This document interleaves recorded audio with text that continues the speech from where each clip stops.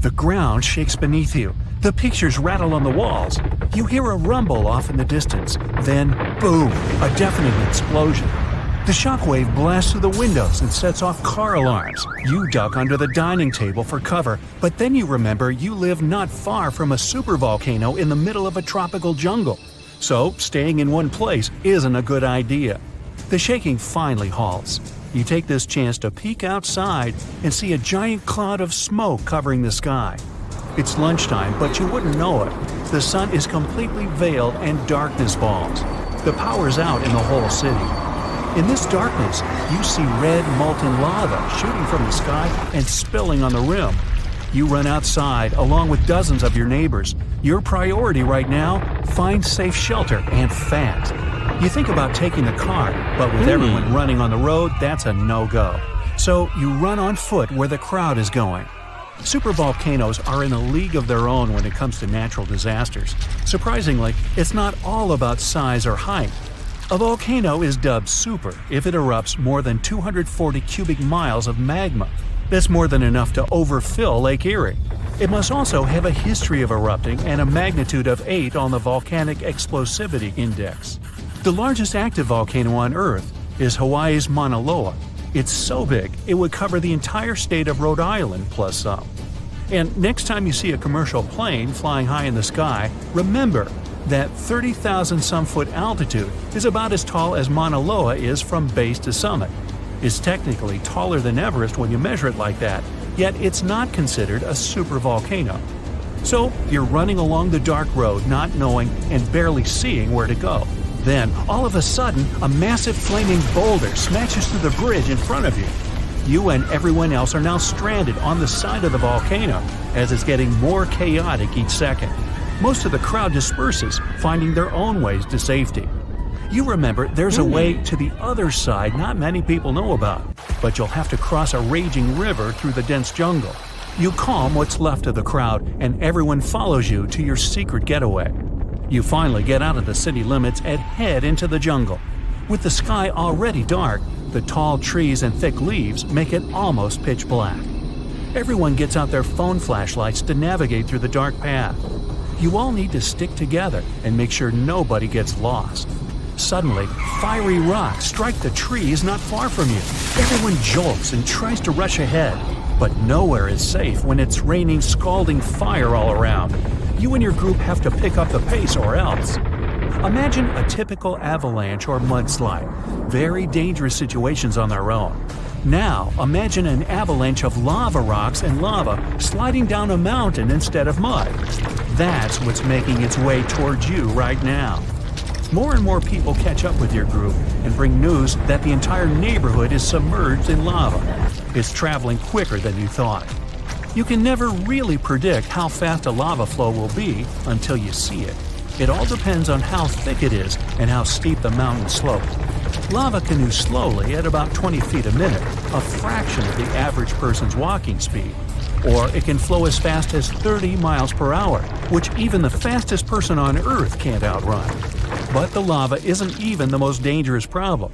If you didn't have protection, the gases spewing from the eruption would fill your lungs, and those spread faster and further than the lava flow. Your eyes and throat would be itchy. You'd get a headache, dizziness, increased heart rate, difficulty breathing. The worst would be passing out from the lack of oxygen. Luckily, everyone managed to grab their gas masks before leaving their homes. You're now entering the treacherous terrain of the jungle and the danger zone. Everyone's phone batteries are giving out one by one, so your vision is even more limited. The terrain is tougher and you can't hear any sounds from the river. At this point, you're not even sure if you're going the right way. But your instincts tell you the deeper you go, the safer you'll be. The path is muddy, and the vines are hindering everyone's movements. That's when you hear something big running through the jungle. It's coming up on you fast. You can't see a thing until it's right up on you. A bear. And there goes a rhino. Wild cats, domestic cats, dogs, different creatures of all sizes and species. They all come running through the jungle right past you. You and your fellow humans aren't the only ones fleeing from the eruption. The rumbling is still going on. Before you know it, a shower of fire rocks strikes right behind you and ignites parts of the jungle. There's no going back. Everyone picks up and runs for it. You hear thunder in the distance. A flash of lightning lights up the dark sky. You think, finally, some rain to wash away this fiery nightmare. But that's not a regular storm brewing. These giant smoke clouds can mimic a thunderstorm under similar conditions. Your luck finally pays off. You hear the river straight ahead. You reach the bank and have to hop on some stones to get to the other side. You almost slip when someone from the group catches you just in time. Whew, that was too close. Not far down the river is a large waterfall leading straight to a shallow lake with sharp rocks at the bottom. The ash from the lava falls like snow, covering most of the trees and landing on the river. Ash is one of the most dangerous things about volcanic eruptions. You're soaked to the bone, but it's a lot better than ash and smoke. And then the rest of the group follow. The next thing you know, the river starts steaming as lava meets the bank and runs into the water. You try your best to speed things up. The lava can heat this water up to dangerous levels, and there are still people slowly crossing the river on the slippery rocks. Luckily, you manage to get everyone across. Well, almost everyone. You turn around and see someone's leg got caught between two rocks. The lava continues to pour into the river. You can feel the heat of the steam. You rush back to this person and try to pull them out. Their leg won't budge. Someone else from the group comes to help, and you're finally able to pull them out in the nick of time. You and everyone else, now exhausted from your trek, keep going as far as possible. That's when you see the main road that connects you to the broken bridge. There are others on the road that got out safely, and even some cars filling up with survivors and heading fast out of the area. The volcano is still spewing lava, and the entire city is flooded with it. What was once your town now looks like a giant burning lake. Planes and helicopters can't fly because of the smoke and ash, so don't count on an air rescue. You're still at risk even though you're on safer ground, so it's still too early to celebrate. Everyone continues to move away from the city. The further, the better. The ground continues to shake, but this time it's even more intense than before. Supervolcanoes are powerful enough to cause many earthquakes. But it's a good thing you're out in the open, far from the buildings and debris in the city. Now, back to reality. Rest assured that a volcanic eruption of this intensity won't happen for a very long time, as in millions of years. Besides, thanks to warning systems and humanity's preparation for such an event, it's extremely rare for even a regular volcano to do as much damage as it could. So, don't scratch Yellowstone off your travel list just yet. Fraser Island sits off the coast of sunny Queensland, Australia. But don't fall for its beauty. It's home to the most dangerous beach in the world. There's nowhere on the island to seek medical attention. If you do run into danger, you're on your own. Dingo attacks are super common here. If you don't know what a dingo is, it looks like an adorable dog. But beware, this wild breed is extremely dangerous.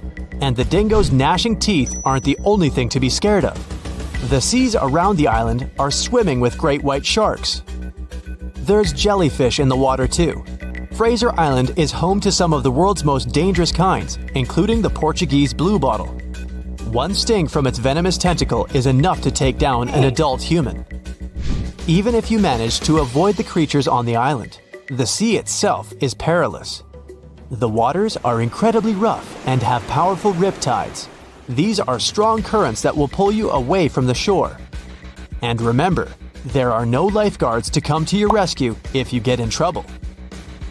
Even the sand is dangerous.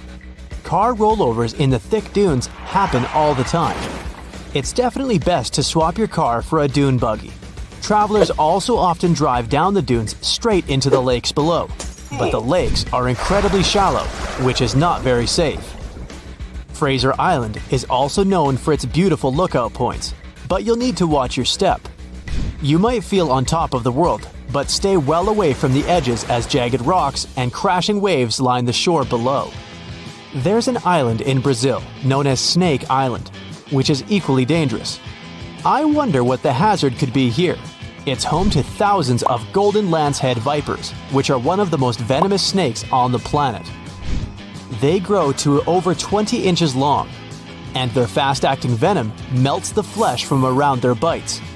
There are around 4,000 snakes on the tiny 106-acre isle. Snake Island has become so dangerous that the Brazilian authorities had to ban everyone from going there.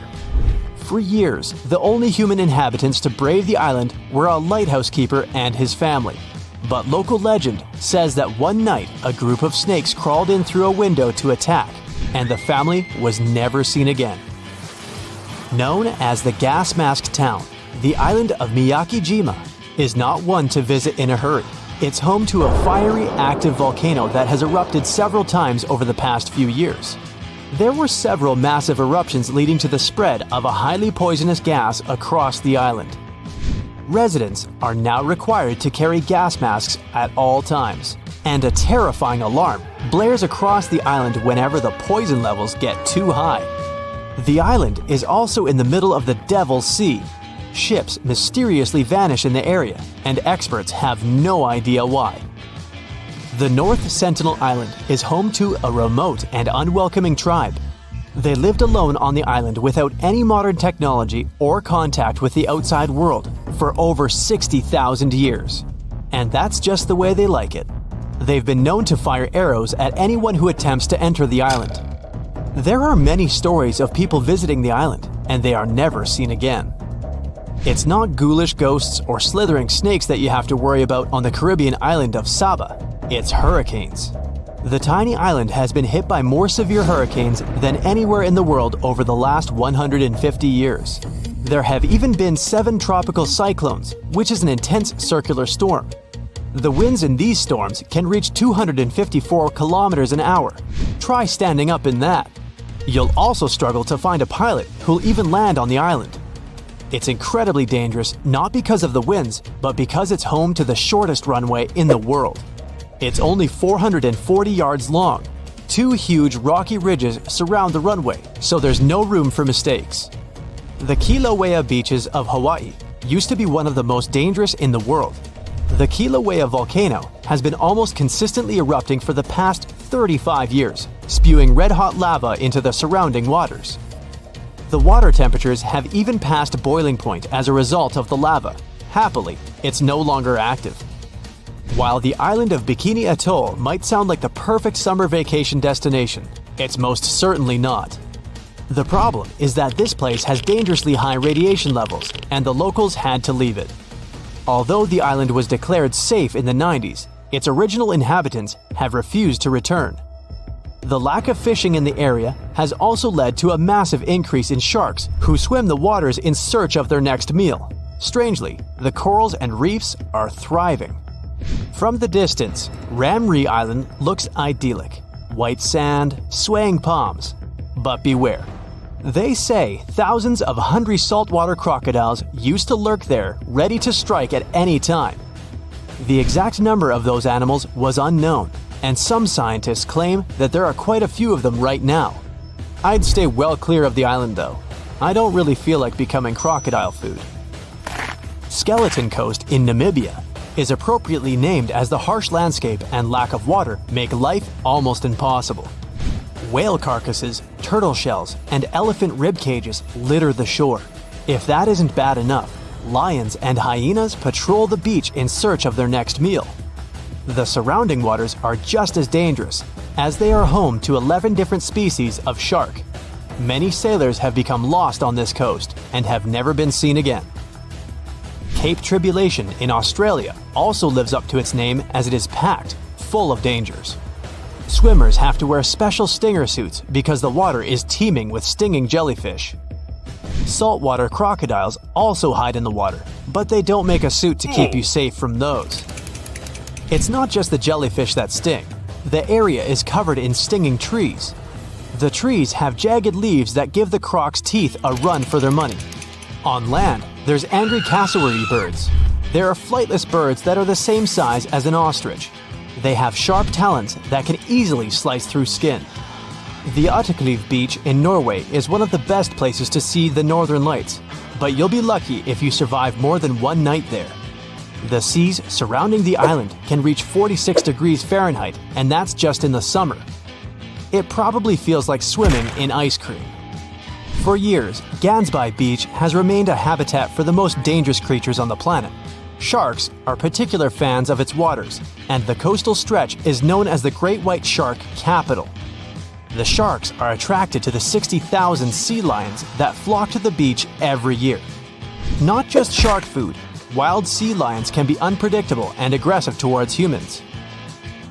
Comoro Islands are the worst vacation destination for those who don't really like mosquitoes. The place is swarming with the little guys. Locals say all the water on the island must be contaminated because of them. So they like to sterilize water before drinking, making ice, and even brushing their teeth.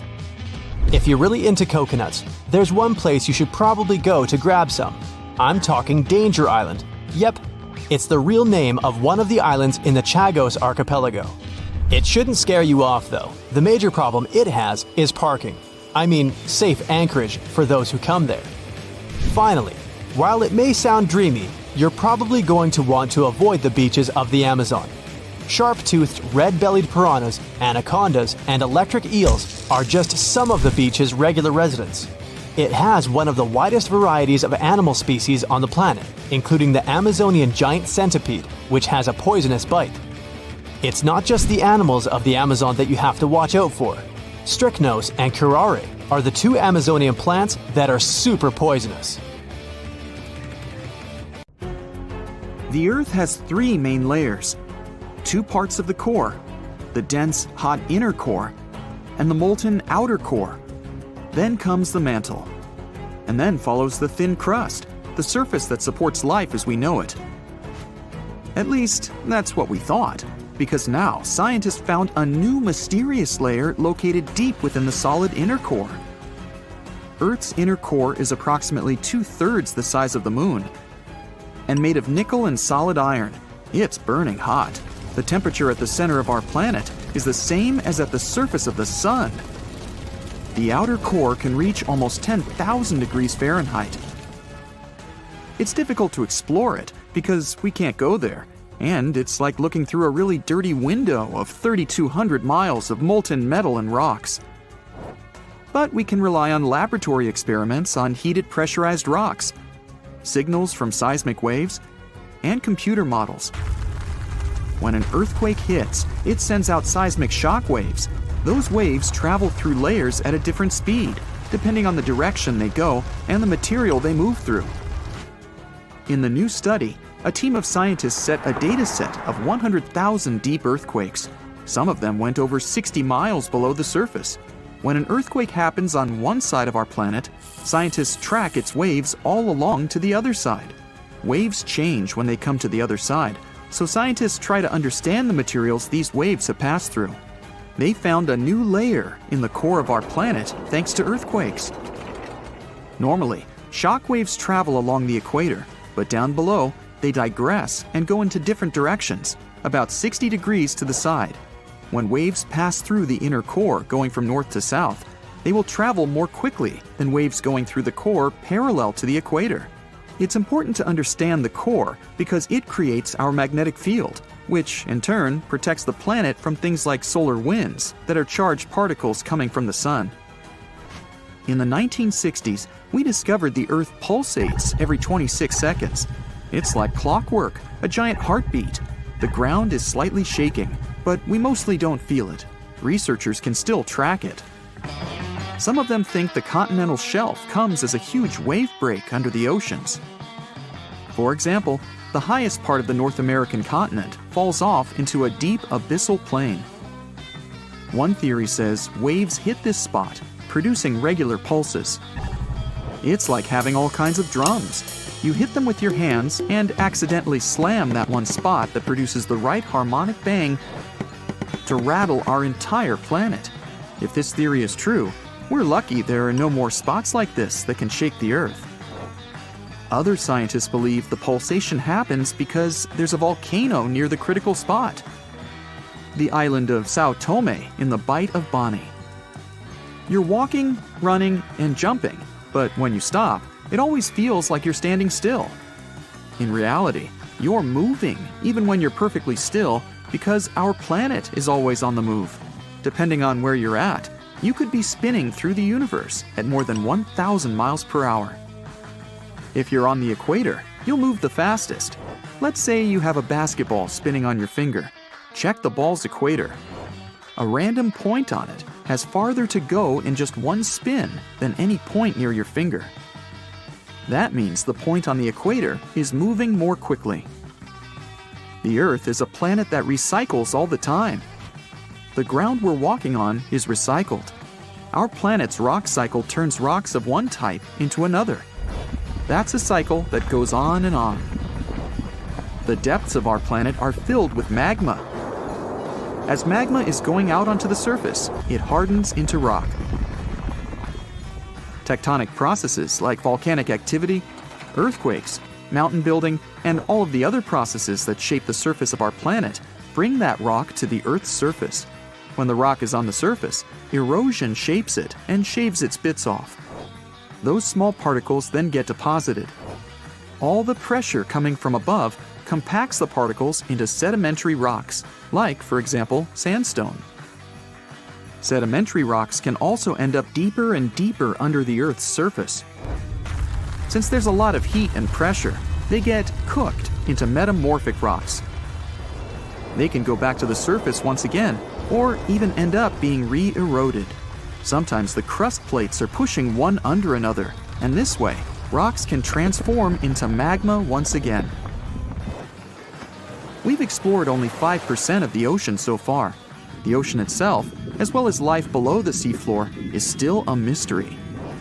The sediments that are underlying our oceans are home to different microorganisms that exist even at depths of 1.5 miles beneath the seafloor. There are microbes hidden deep inside volcanic rocks below the seafloor off of the parts of the Pacific, hidden under 870 feet of sediment. The biosphere under the seafloor is growing extremely slowly compared to life on the surface. Cell division happens every 10 to 1,000 years. Something's different about the Earth's axis. Climate changes and melting glaciers, mostly in the regions like the Himalayas and Alaska, made the axis shift. Our planet has two kinds of poles. Are the south and north magnetic poles. They affect things such as drift and navigation. The axis that the Earth is spinning around is another kind of pole. It shifted a little bit over time, but we don't know exactly why. Researchers realize there are moving masses of water, pushing the Earth's axis eastward. Take a basin of water as an example. If you're moving it back and forth, sloshing makes the water move its weight all around. A similar thing is happening on a planetary level. No matter how large an earthquake is, no human could ever feel an earthquake on the opposite side of the Earth, although some people claim they did.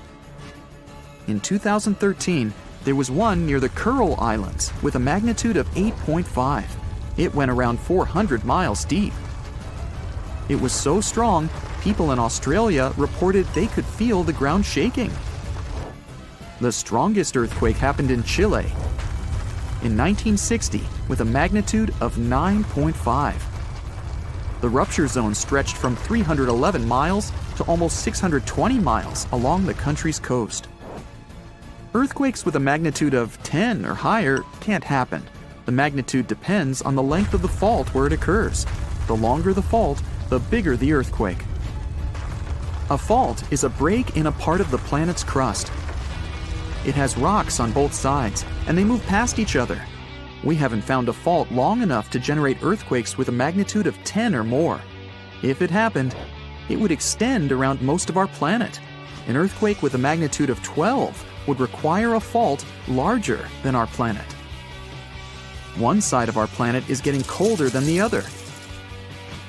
The Earth has a system that keeps it warm from the inside, a red-hot liquid interior deep below the surface. It spins and, at the same time, generates a magnetic field and gravity. That way, the Earth's core holds the atmosphere closer to the planet's surface.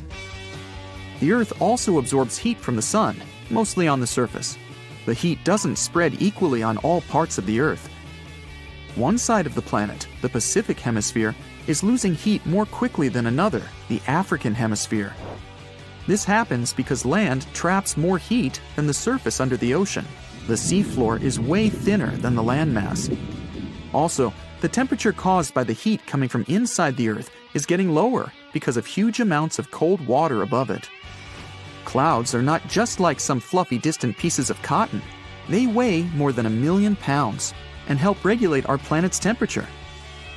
If you take all the water droplets in clouds and bring them to the surface, you could cover the planet with a liquid layer as thin as a human hair. It doesn't seem like a lot, but this water is crucially important for climate. We'd have warmer temperatures if it weren't for the clouds. The protective shield of our planet decays and eventually fails. So do our satellites. First, communication satellites in the highest orbits go down. Next, astronauts in low Earth orbit can no longer contact their mission control center. And finally, hazardous, relentless cosmic rays start bombarding everything on Earth, causing havoc and devastation. Are these the terrifying consequences of the planet's magnetic field reversal we're going to face? Right now, as you're watching this video, Earth's north magnetic pole is extremely out of whack. It's so serious that scientists will have to update the global magnetic field model released a mere 4 years ago. Does it all mean that the magnetic pole of our planet will flip soon? Well, be patient, we'll figure it out a bit later. You see, the magnetic pole is moving quite erratically from the Canadian Arctic towards Siberia, and these movements are very unpredictable. But it's normal for the pole to be moving. There are long-term records from London and Paris that prove that the North Magnetic Pole moves randomly around the rotational North Pole over periods of several hundred years. But the most astonishing thing about its movement is that it's speeding up. Around the mid-1990s, the magnetic pole unexpectedly accelerated from a bit over 9 miles to 34 miles a year. And recently, the pole crossed the international dateline, moving toward the eastern hemisphere. The European Space Agency launched extremely accurate magnetic field satellites in 2013. Thanks to them, researchers have superb data they can use not only to make magnetic field maps, but also to update them every 6 to 12 months. That's how they were able to notice that the core field was weakening too. It might be a sign that the planet's magnetic field is about to flip. To understand this process better, we need to figure out how the core field works. Let's say we've got a bar magnet that runs through the center of our planet and has a north and a south pole. This magnet is incredibly strong, representing about 75% of the intensity of our planet's magnetic field at the surface. Our bar magnet is not only moving, but is also getting weaker, by about 7% every century. Admittedly, this bar isn't the perfect representation of the core field. It's more like electric currents generating Earth's magnetic field. Still, this model makes it easier to see what's happening to our planet now. The magnetic field of our planet plays an important role in protecting us from dangerous radiation and geomagnetic activity, which is the product of the interaction between the solar wind and Earth's magnetosphere. Earth's magnetic field also moves. Scientists have been studying and tracking the movement of the magnetic poles for hundreds of years. The historical motions of these poles indicates changes in the global geometry of the magnetic field of our planet, and they may point to the beginning of the field reversal too. That's what the flip between the north and south magnetic poles is sometimes called. You see, if the north magnetic pole moves a bit, it isn't a big deal. But a complete reversal might have a serious impact on the climate of our planet, as well as modern technology. Luckily, such flips don't happen overnight. The entire process stretches over thousands of years. Plus, even though the magnetic pole weakens during a pole reversal, it doesn't disappear completely. So those scary events from the beginning of the video aren't likely to happen to us. The magnetosphere will continue protecting the planet from cosmic rays and charged solar particles, even though there might be some amount of particulate radiation that will make it to Earth's surface. Magnetic fields are generated by moving electric charges. If some material allows these charges to easily move in it, it's called a conductor. Metal is a great conductor.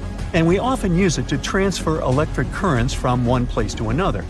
In this case, the electric current is negative charges called electrons moving through the metal. The current is what generates a magnetic field. Earth has a liquid iron core. In other words, there are layers and layers of conducting material inside our planet. Currents of charges are constantly moving through the core, and the liquid metal is also moving and circulating there, generating the magnetic field. This magnetic field, in turn, produces something resembling a bubble around the planet. It's called the magnetosphere, and it's located above the uppermost part of the atmosphere. This layer shields and deflects high-energy cosmic radiation, which otherwise would be extremely dangerous to people and other forms of life on Earth. The magnetosphere also interacts with the ionosphere, the layer of our planet's atmosphere containing loads of ions and free electrons and capable of reflecting radio waves. The interaction between these two layers and the magnetized solar winds is what scientists call space weather. The solar wind is normally mild, and there's no space weather whatsoever. But sometimes, the sun starts shedding gargantuan magnetized clouds of gas that can accelerate to incredible speeds. They're called coronal mass ejections, or CMEs. They're ejected from the sun over the course of several hours. CMEs usually look like giant twisted ropes and can occur spontaneously. Their frequency varies according to the 11-year-long solar cycle. For example, at a solar minimum, you can observe one ejection per day, and when the sun is in its most active phase, there might be 3 CMAs per day. Coronal mass ejections disrupt the calm flow of the solar wind and cause serious disturbances that can damage stuff both in space near Earth, like satellites, and on the planet's surface. If coronal mass ejections make it to Earth, their interaction with the magnetosphere generates geomagnetic storms. Those can trigger auroras, happening when a stream of energized particles hits the atmosphere and lights up. And then there are also solar flares. They develop more rapidly and with much more energy than coronal mass ejections. Solar flares often occur soon after coronal mass ejections. The most powerful volcanic eruptions pale in comparison to solar flares that release 10 million times more energy. Within a few minutes, one solar flare can give out billions of tons of charged particles. Solar flares are also insanely hot, with temperatures reaching several million degrees Fahrenheit. Astronomers believe that such bursts of solar radiation happen when the sun's magnetic field gets twisted in some regions. At one moment, all the pent-up energy is released. The star sends out light and particles, mostly electrons and protons. Most solar flares last for minutes, but some continue for hours. A powerful solar storm can potentially cause a devastating global blackout on Earth. If not for the Earth's magnetosphere, the effects of the sun's activity would be much more devastating. Luckily, the magnetosphere deflects most of the solar material hurtling towards our planet from our star at a speed of over 1 million miles per hour. But even so, during space weather events, there's a lot of hazardous radiation near Earth.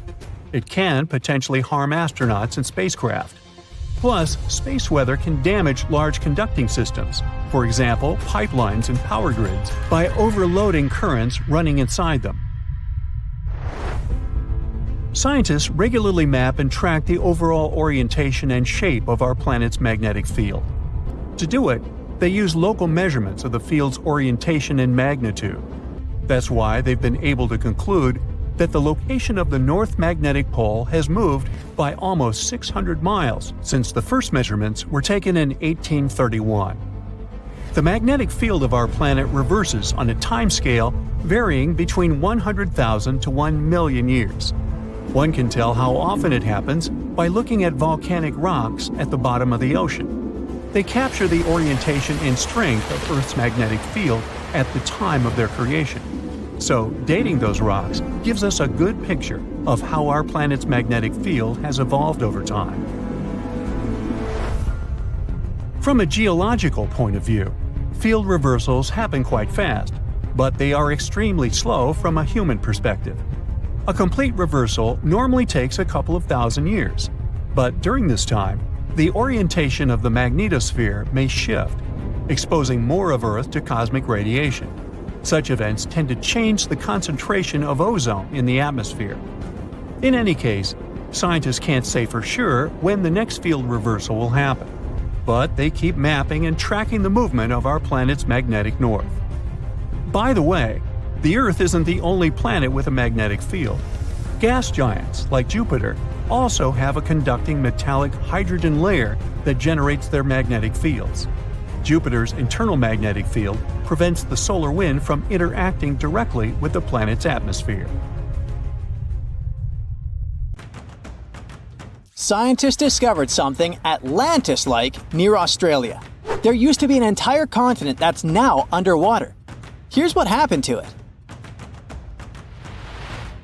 Around 70,000 years ago, during the last ice age, there was a huge landmass called Sahul. It was located in the southwestern Pacific Ocean. This ancient supercontinent connected what we now know as Australia, New Guinea, Tasmania, and the Aru Islands into one giant piece of land. Imagine lush tropical rainforests surrounded by beautiful mountains. Sahul's tallest mountains were in the New Guinea highlands, with peaks reaching over 13,000 feet. This beautiful place was home to a variety of unique animals, most of which were pouched creatures. But back then, they weren't just koalas and kangaroos. Sahul was filled with different types of grazers, burrowers, scavengers, and predators. It was home to a huge diprotodon, a powerful hunter Thiosolio, and a horrifying Megalania, a creature that's much larger than any living lizard today. It was a unique place because the rest of the world was filled with placental animals at the time, like wolves, elephants, and humans. In Sahul, the only normal mammals were bats and rodents. But not all its parts were the same. The Timor, Arafura, and Carpentaria regions were covered by hot savanna and dry forests. It looked kinda like modern Australia, hot air deserts with scrubland, steppe, and temperate forests along the eastern coast. Back then, people were migrating all across the world. They made an incredible journey from Southeast Asia to Sahul and first arrived here from 60 to 45,000 years ago. They mostly traveled by foot and crossed the sea using bamboo rafts and simple boats. They came there from an ancient landmass called Sunda, which includes parts of Southeast Asia. They traveled across a series of islands known as Wallachia and eventually spread across Sahul. And it wasn't a small journey. Sahul was huge, around 4.1 million square miles. That's bigger than the USA or Canada. It stretched from the equator to around the southern part of New Zealand. So they arrived in what is now Australia and became Australia's first people. Scientists think that Sahul had a population of 500,000. We've discovered cave paintings that date back around 40,000 years. It's a hunting scene depicting an anoa, or miniature buffalo, facing figures of humans and animals. Researchers are trying to figure out how these early settlers moved across Sahul and where we might find archaeological evidence of their journey. To do this, they created a landscape evolution model. The simulation showed how Sahul changed between 75,000 and 35,000 years ago. It showed potential migration routes and archaeological sites. Humans likely traveled along coastlines and rivers. But how did Sahul get submerged off the coast of Australia, similar to the mythical Atlantis? During the last ice age, much of the Earth's water was locked up in large ice sheets and glaciers. The sea levels were much lower than they are today. After that, the global temperatures increased. The ice sheets melted and the sea levels rose, flooding the land bridges that once connected different parts of Sahul together. About 8,000 years ago, New Guinea separated from mainland Australia, and then, about 6,000 years ago, Tasmania did the same. We still can explore the underwater parts of Sahul thanks to new technology. Divers explore and collect samples directly from the ocean floor. Underwater drones can go to places that are too deep or dangerous for humans to explore. And with sonar mapping, scientists use sound waves to create maps of the ocean floor. It's like using an echo to see what's underwater. The sound waves bounce off the seabed and come back, helping us create a picture of what it looks like. Deep underwater, archaeologists have found stone tools and other artifacts. They also discovered fossils of animals like Diprotodon and Thylacoleo. By studying the underwater terrain of Sahul, they learned about the ancient rivers, lakes, and coastlines that existed during the Ice Age. But Sahul isn't the only underwater continent. Sahul isn't the only hidden gem of Southeast Asia. Take Sundaland, a place made up of Sumatra, Java, Borneo, and some other islands. This place was crazy huge during the Ice Age, but now almost fully underwater. Almost, but not entirely. The parts above the ocean are teeming with life. If you like birds, check this place out. It has almost a fifth of the world's bird species. You can spot colorful birds like the Java hawk eagle and the Bali starling among the lush forests. It's also a home to a fourth of Earth's fish species. Sundaland's waters are a haven for marine life, even the most exotic animals like the Asian arowanas. It's also a treasure trove of flowers. That's where you can find Rafflesia and Titan arum, the world's largest flowers. This makes it very similar to Zealandia. Zealandia is a long, narrow piece of land about half the size of Australia. It broke from Antarctica about 100 million years ago. Just like Sundaland, it isn't fully underwater. 7% of it stayed above sea level. This sticking out little piece is what we now call New Zealand, along with Stewart Island and some smaller islands. These pieces of Zealandia are lush and warm. They're packed with volcanoes, mountain ranges, beautiful natural geysers, and hot springs. Local people, Maori, use these hot springs for cooking. People place corn, eggs, and vegetables in baskets and lower them directly in the hot springs. Sometimes they cook food in a pit oven using heated rocks. Another hidden world is known as Argoland. This mysterious landmass was once part of Australia, back when dinosaurs chilled around. It drove scientists crazy for decades. They knew it existed because it left a huge stretch on the ancient seafloor, the Argo Abyssal Plain. About 155 million years ago, it broke off from Australia, saying bye-bye. The continent drifted somewhere north, and when it reached Southeast Asia, it just vanished. Scientists had no idea where it went, but recently they finally found its remains. Turns out, poor Argoland's lower parts started drowning into the Sunda Trench, a horrifyingly deep oceanic pit. The Earth's crust sunk into the mantle. Meanwhile, the upper parts of Argoland were pushed upward, grabbing the younger rocks on land. Because of this, Argoland broke apart into a bunch of smaller pieces. These pieces formed parts of Borneo, Java, Sulawesi, and other regions. The remains are buried under Indonesia and Myanmar. Imagine a colossal landmass the size of Greenland, Greater Adria. Its journey began about 240 million years ago when it broke away from the supercontinent Gondwana. It started moving north, and after 100 million years of enjoying the warm seas, it suddenly crashed into Europe and shattered into pieces.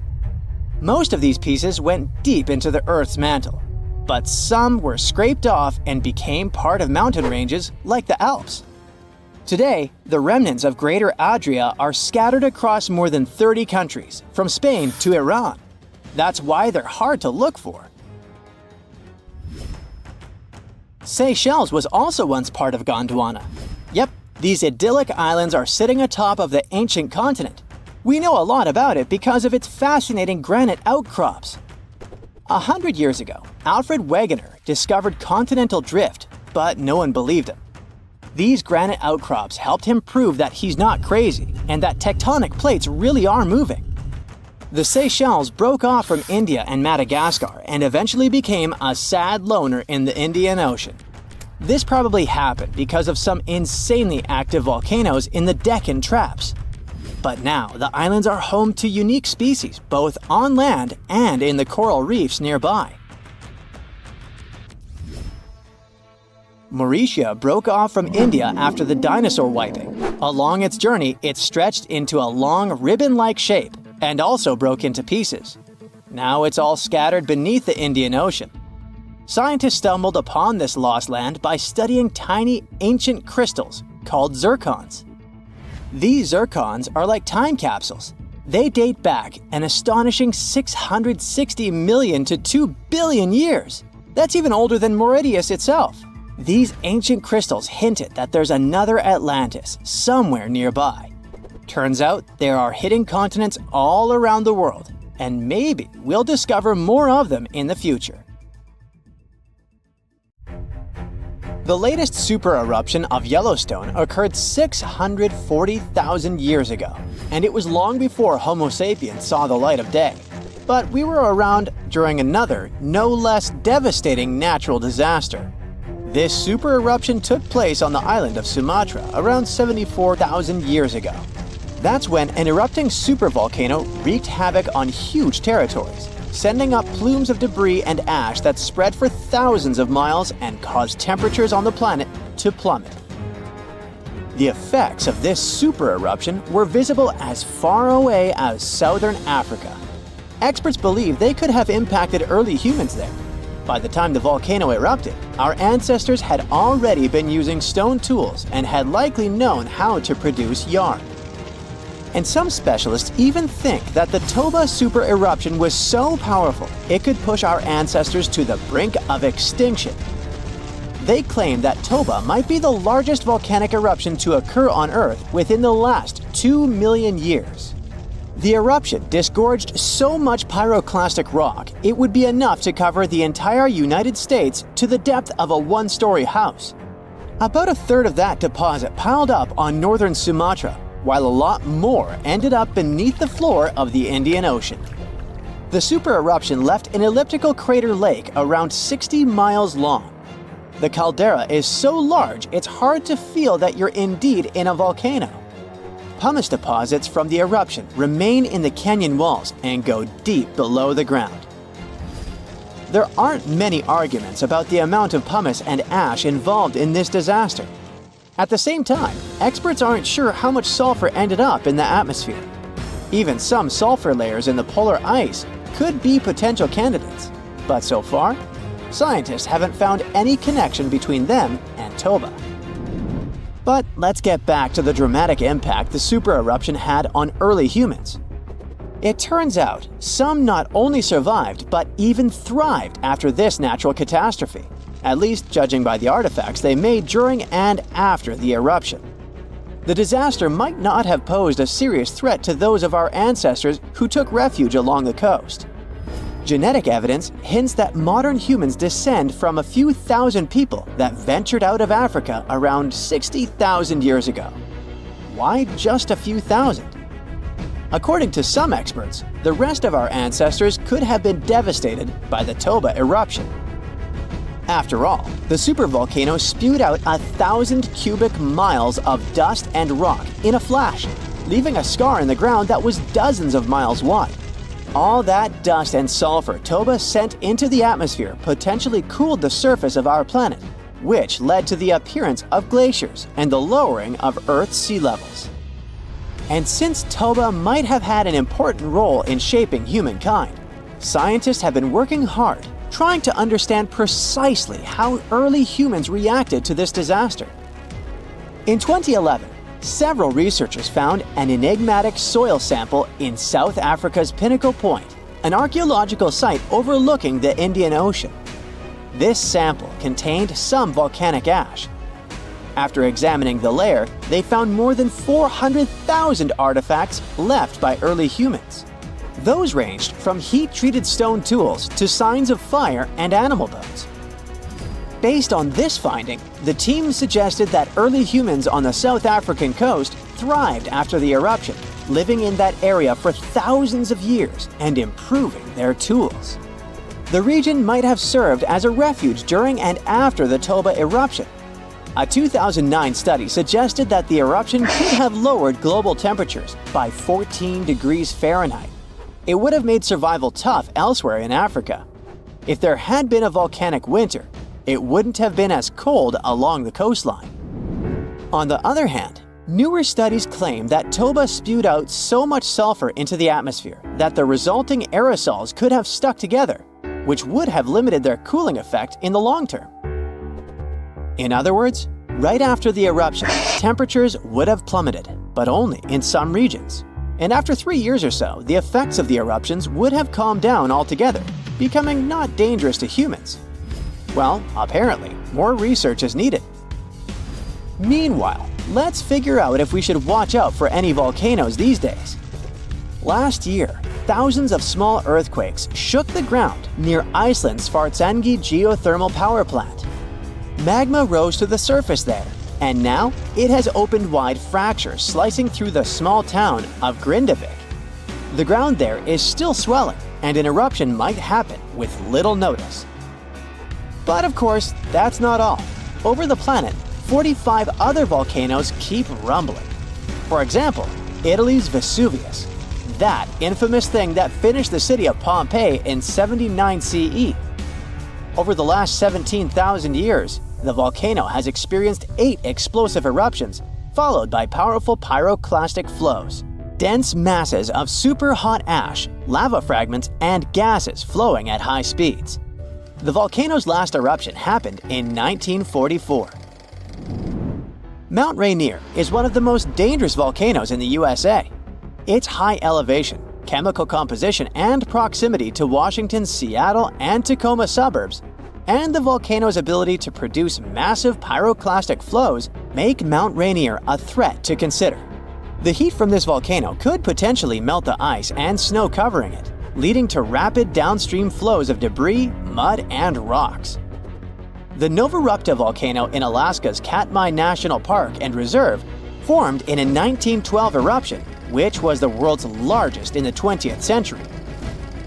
The volcano sent almost 7 cubic miles of ash and debris into the air. It also produced such a powerful ash flow that it created the Valley of 10,000 Smokes. Mount Pinatubo is located in a populated region in the Philippines.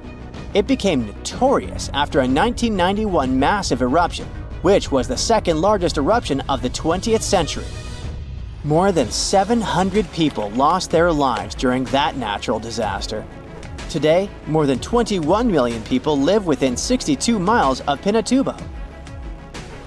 Mount Agung, a continuously erupting volcano in Indonesia, had its last major eruption in 1963.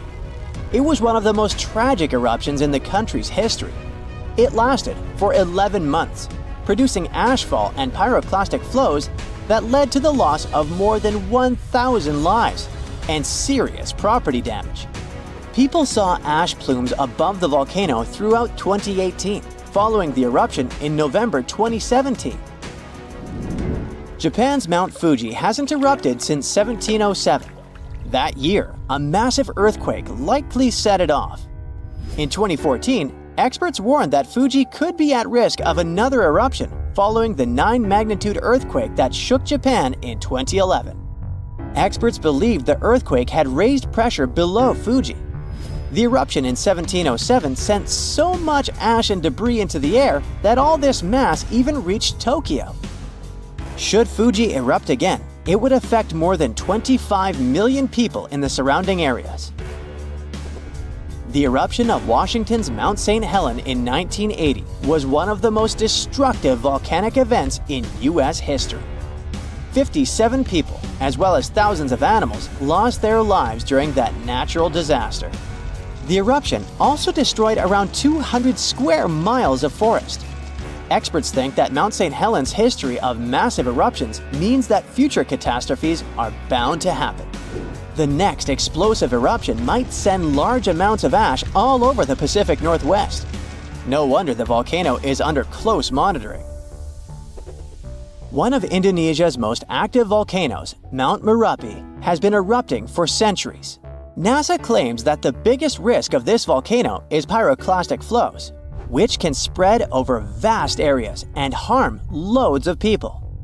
For the last time, Merapi erupted in January 2024, sending plumes of smoke into the air. These days, more than 24 million people live in the area surrounding this volcano. So, you notice anything weird? Recently, there have been alarming changes in the water levels in different parts of Yellowstone Lake. At the same moment, the water level can be rising on one side of the lake and falling on the other. Ooh, it looks as if the lake basin gets lifted by some underground forces. Can it be a sign of a looming disaster? Geysers, mud pots, and hot springs turn Yellowstone National Park into some extraterrestrial world. And all these wonders are fueled by a mighty supervolcano. Supervolcanoes produce super eruptions. When it happens, they launch more than 240 cubic miles of ash, molten rock, and hot gases up into the air. To make it easier to imagine, 4 super eruptions could fill the Grand Canyon to the brim. The Yellowstone giant was thought to be responsible for at least 3 enormous eruptions and countless smaller ones. In that region, the volcanic deposits are scattered over tens of thousands of miles. Scientists believe they had been created by many weak eruptions. But after doing more research, experts found out these deposits had been left by 2 previously unknown super eruptions. Those probably took place about 9 and 8.7 million years ago. This discovery means that the area around the Yellowstone volcano used to face a super eruption every 500,000 years. But over the last 3 million years, the hotspot has seen only 2 super eruptions. It makes scientists believe these catastrophic events are slowing down, or just maybe one is overdue. Anyway, if the Yellowstone supervolcano went off with as much power as it had 2.1 million years ago, it would spit out more than 588 cubic miles of boiling lava. That's more than 4,500 times the volume of Sydney Harbor. That's a lot of lava. Whether it's likely to happen or not is another question. There's no doubt that something is going on with the volcano. The water level changes in Yellowstone Lake mean the caldera is lifting under the surface. And the caldera is what's left over after a volcano erupts and then collapses. The Yellowstone caldera is not just going up, creating a dome-shaped uplift.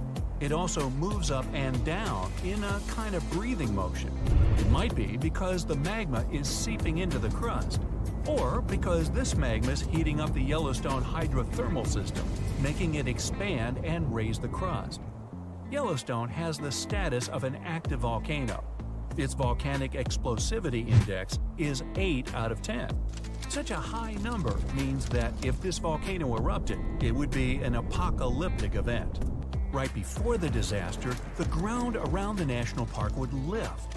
Geothermal pools and geysers would heat up to boiling temperatures and get more acidic than usual.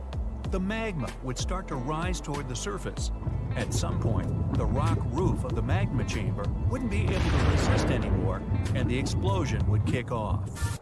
A massive column of lava and ash would shoot up to a height of over 16 miles.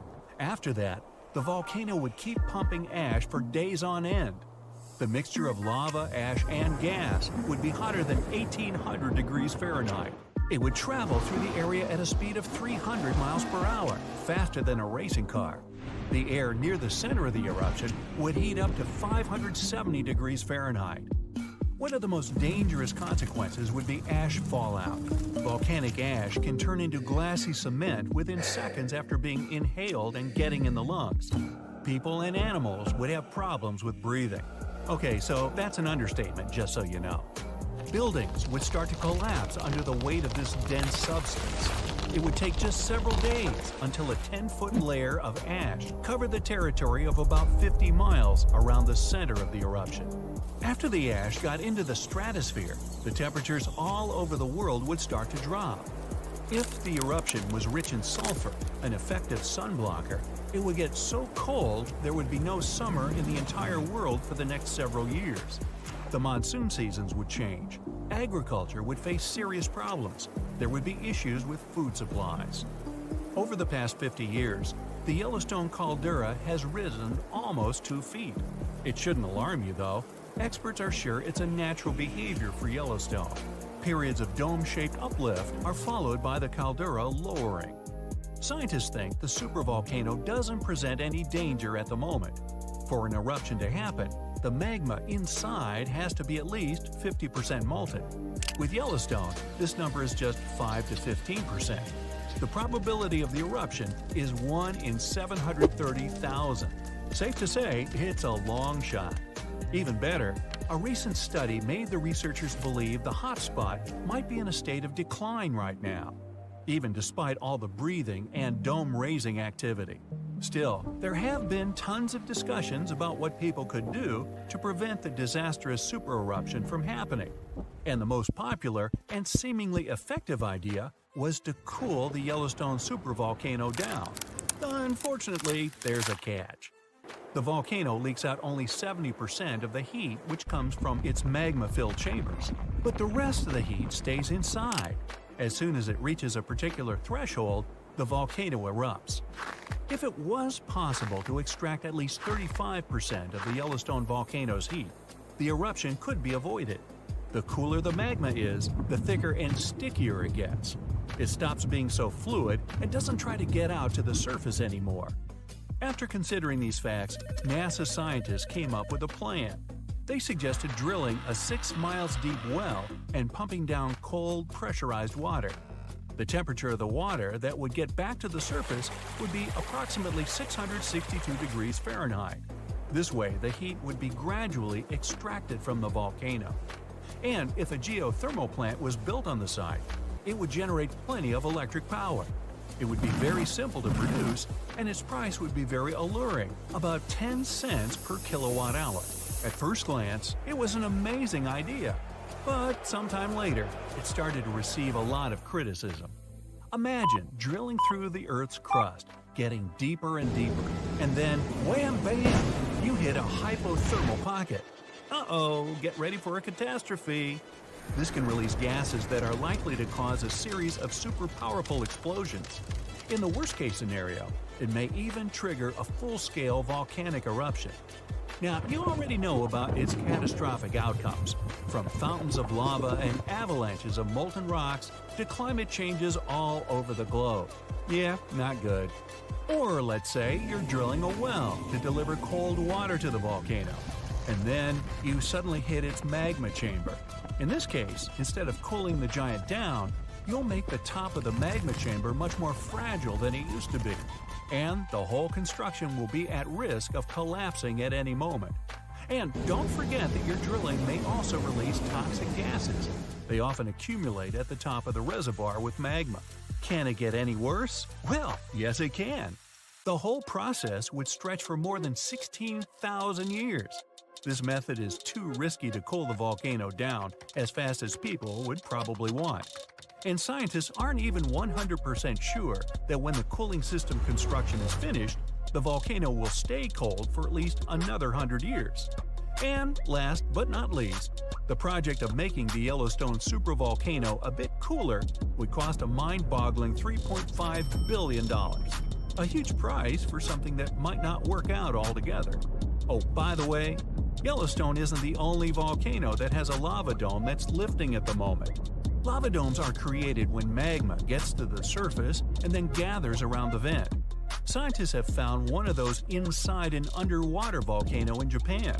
This dome is more than 2,000 feet high and more than 6 miles wide. Even though the Japanese supervolcano seems to be sleeping, experts don't let their guard down. A volcanic system can go from being calm and docile to teetering on the edge of an eruption in the blink of an eye.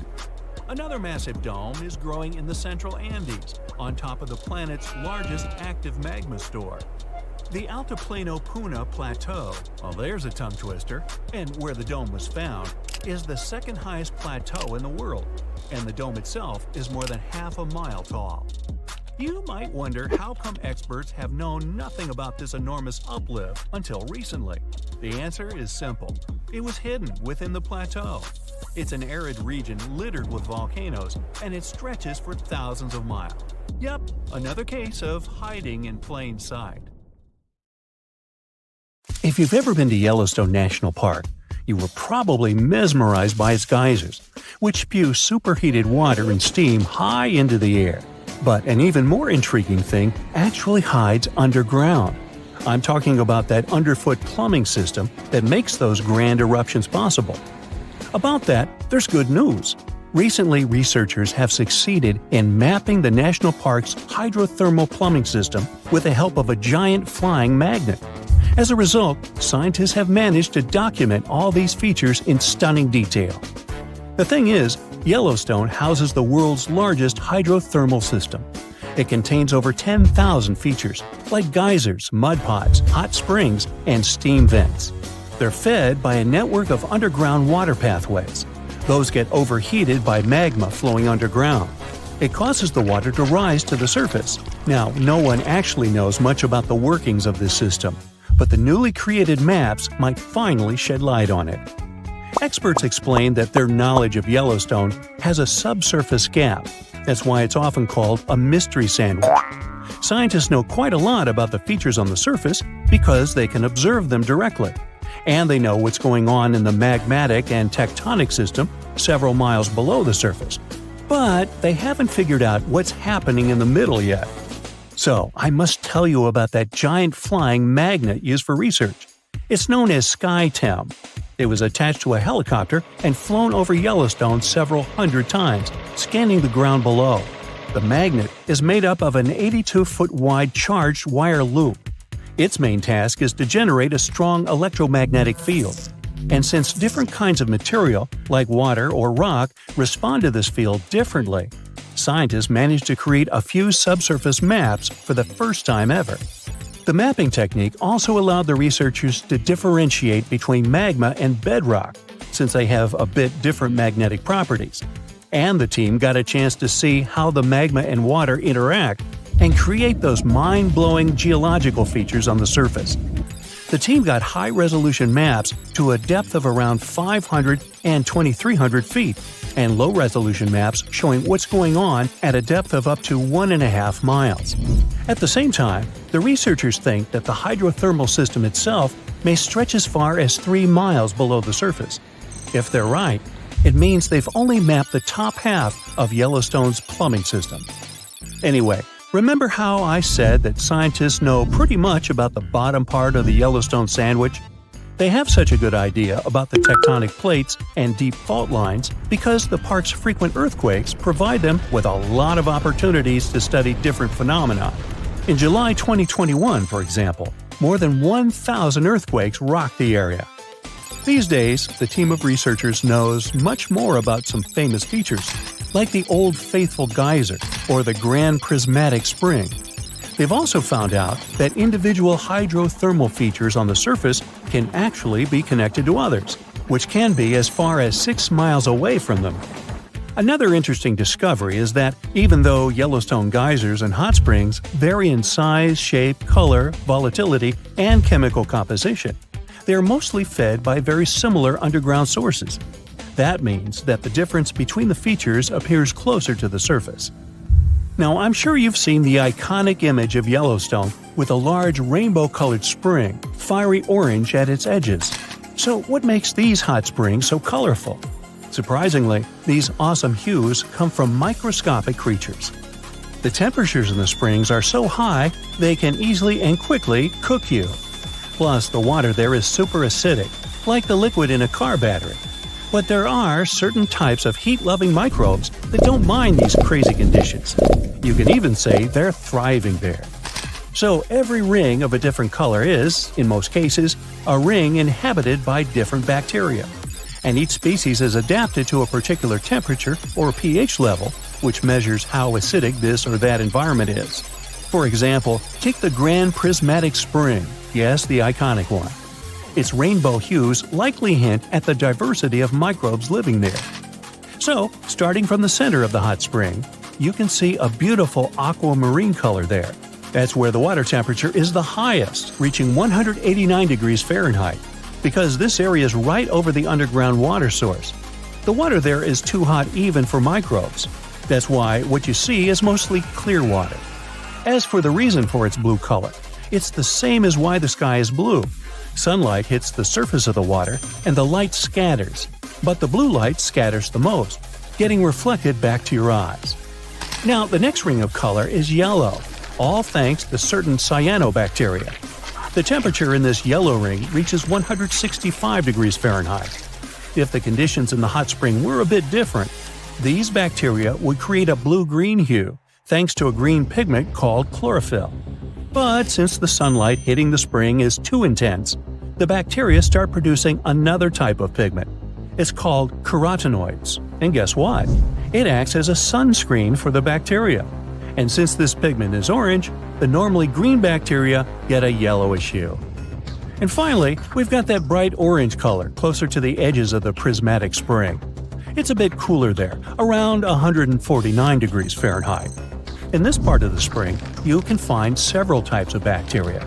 They all produce substances that give the spring this bright orange color. And finally, right at the edges of the spring, the temperature is cooler, around 131 degrees, and a greater variety of microbes can survive there. All of them combined give the edges of the spring that red-brown hue. But scientists believe that people and their activity may have influenced the colors of Yellowstone's hydrothermal features. For example, in the past, the temperatures in the Morning Glory pool used to be much higher than they are today. That's why its color was a deep blue. But trash has started to accumulate in the pool, and some of it clogged the vent. This caused the temperatures to drop, which led to microbial growth. As a result, that pretty blue color turned into orange-yellow. As for Yellowstone's geysers, the most famous one is called Old Faithful. It got this name at the end of the 19th century because of how regular its eruptions were. This geyser is more active than the others, erupting about 20 times a day. Each of these magnificent events lasts from 1 to 5 minutes, and the fountain of steaming water can reach a height of 180 feet. Now, while talking about Yellowstone National Park, we can't but mention Yellowstone Supervolcano, right? Supervolcanoes appear when huge volumes of magma are trying to escape from deep underground. Eventually, they burst through Earth's surface. Sometimes all this magma gets stuck, unable to break through the planet's crust. And then, massive pools of pressurized magma gather at a depth of several miles. The pressure keeps growing because more and more magma is trying to get to the surface. At one point, a super eruption goes off. You don't necessarily want to be around for that. Over the past 50 years, the Yellowstone caldera has risen almost 3 feet. It shouldn't alarm you, though. Experts are sure it's a natural behavior for Yellowstone. Periods of dome-shaped uplift are followed by the caldera lowering. Scientists think the supervolcano doesn't present any danger at the moment. For an eruption to happen, the magma inside has to be at least 50% molten. With Yellowstone, this number is just 5 to 15%. Even better, a recent study made the researchers believe the hotspot might be in a state of decline right now, even despite all the breathing and dome-raising activity. There have been at least 3 other super eruptions in the history of Yellowstone Volcano. They happened 2.1 million, 1.3 million, and 640,000 years ago, long before video. The most recent super eruption was dubbed the Lava Creek eruption. It formed the Yellowstone caldera after spilling out 240 cubic miles of rock, dust, and volcanic ash. No thanks, I'll pass. Why is Australia so strangely empty?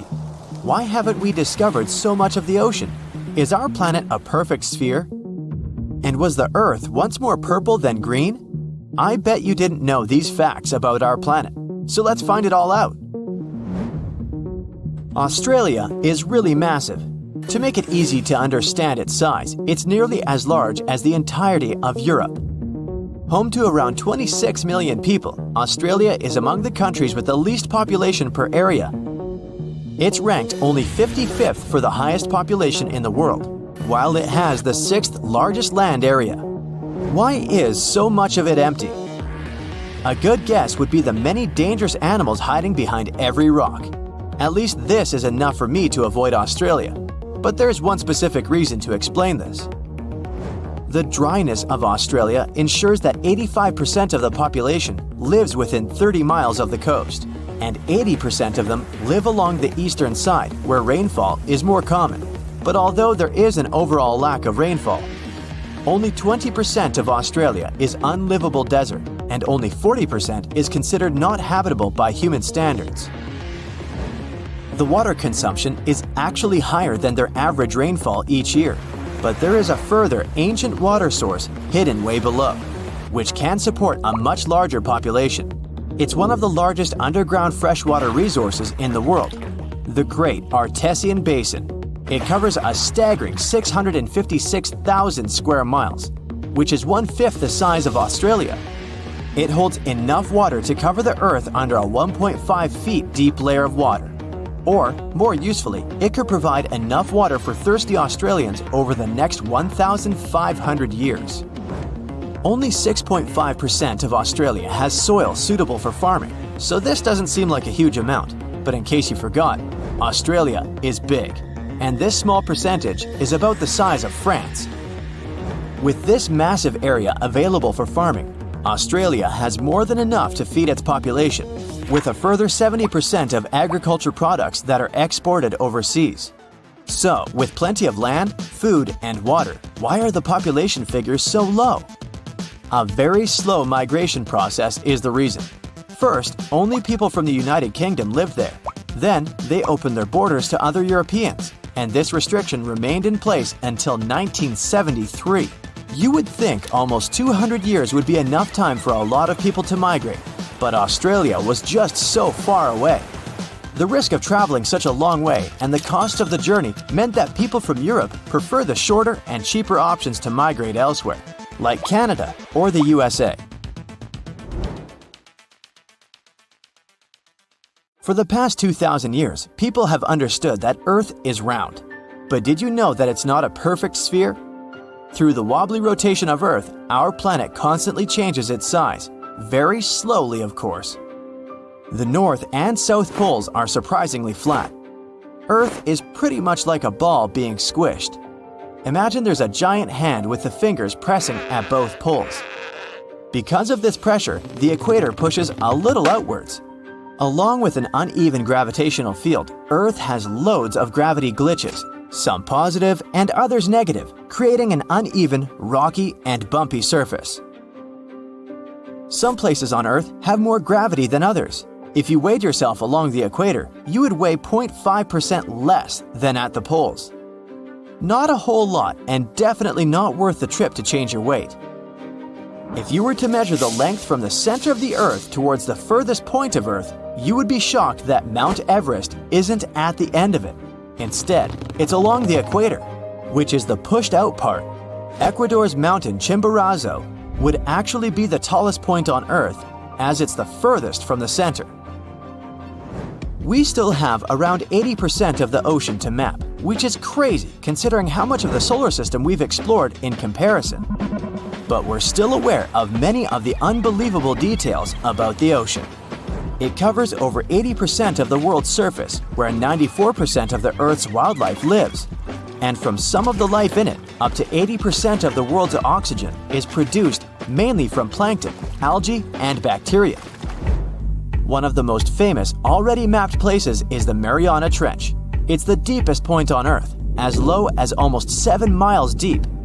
That's a huge, 5 times the length of the Grand Canyon, and deeper than Mount Everest is tall. It's also home to one of the most ancient seabeds on Earth, casually laying low for about 180 million years.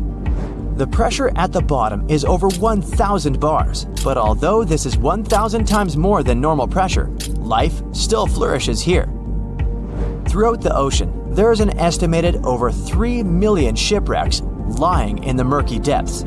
Countless artifacts sit there untouched, and there could be more than all the world's museums.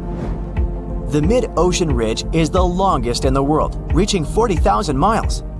That's almost 10 times the size of the Andes, the longest mountain range on land. The sun is the reason behind the blue and aqua colors of the ocean. This color isn't from the reflection of the sky, though they are both blue for the same reason. The surface of our planet receives white light from the sun, and it absorbs the orange, red, and yellow light stronger. It doesn't absorb the blue light so much, so it returns to how we see it. Of course, this only occurs based on how pure the water is. If the water is full of mud or algae, they scatter the light and overpower the water's natural blueness. There are many factors that determine what color we see on our planet. Could you believe that the Earth was green before? Instead, it was purple. Chlorophyll in our atmosphere absorbs mainly blue and red wavelengths from the sun, and reflects the green ones to what we see our planet as today. Long ago, ancient microbes called retinal dominated the Earth instead of chlorophyll. They absorbed green light and reflected red and violet light. Those microbes had a simpler structure, so they were easier to produce in the low oxygen environment of the early Earth. They provided our planet with a purplish color instead of green. But chlorophyll is more efficient, and as the Earth was developing, it eventually took over. Imagine that billions of years ago, faraway observers could see our home as a small purple dot.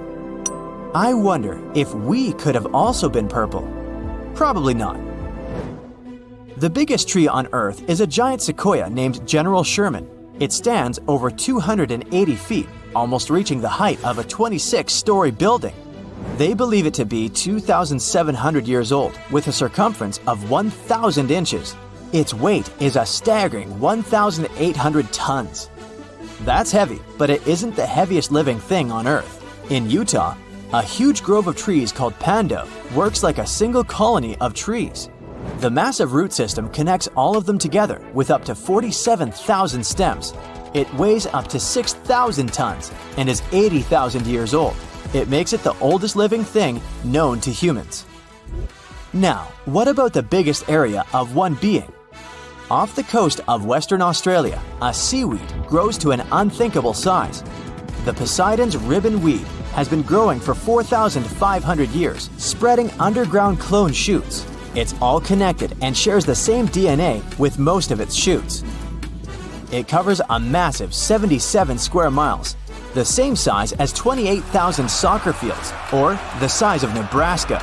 And it won't stop there either, as it continues to grow by 2 feet each year.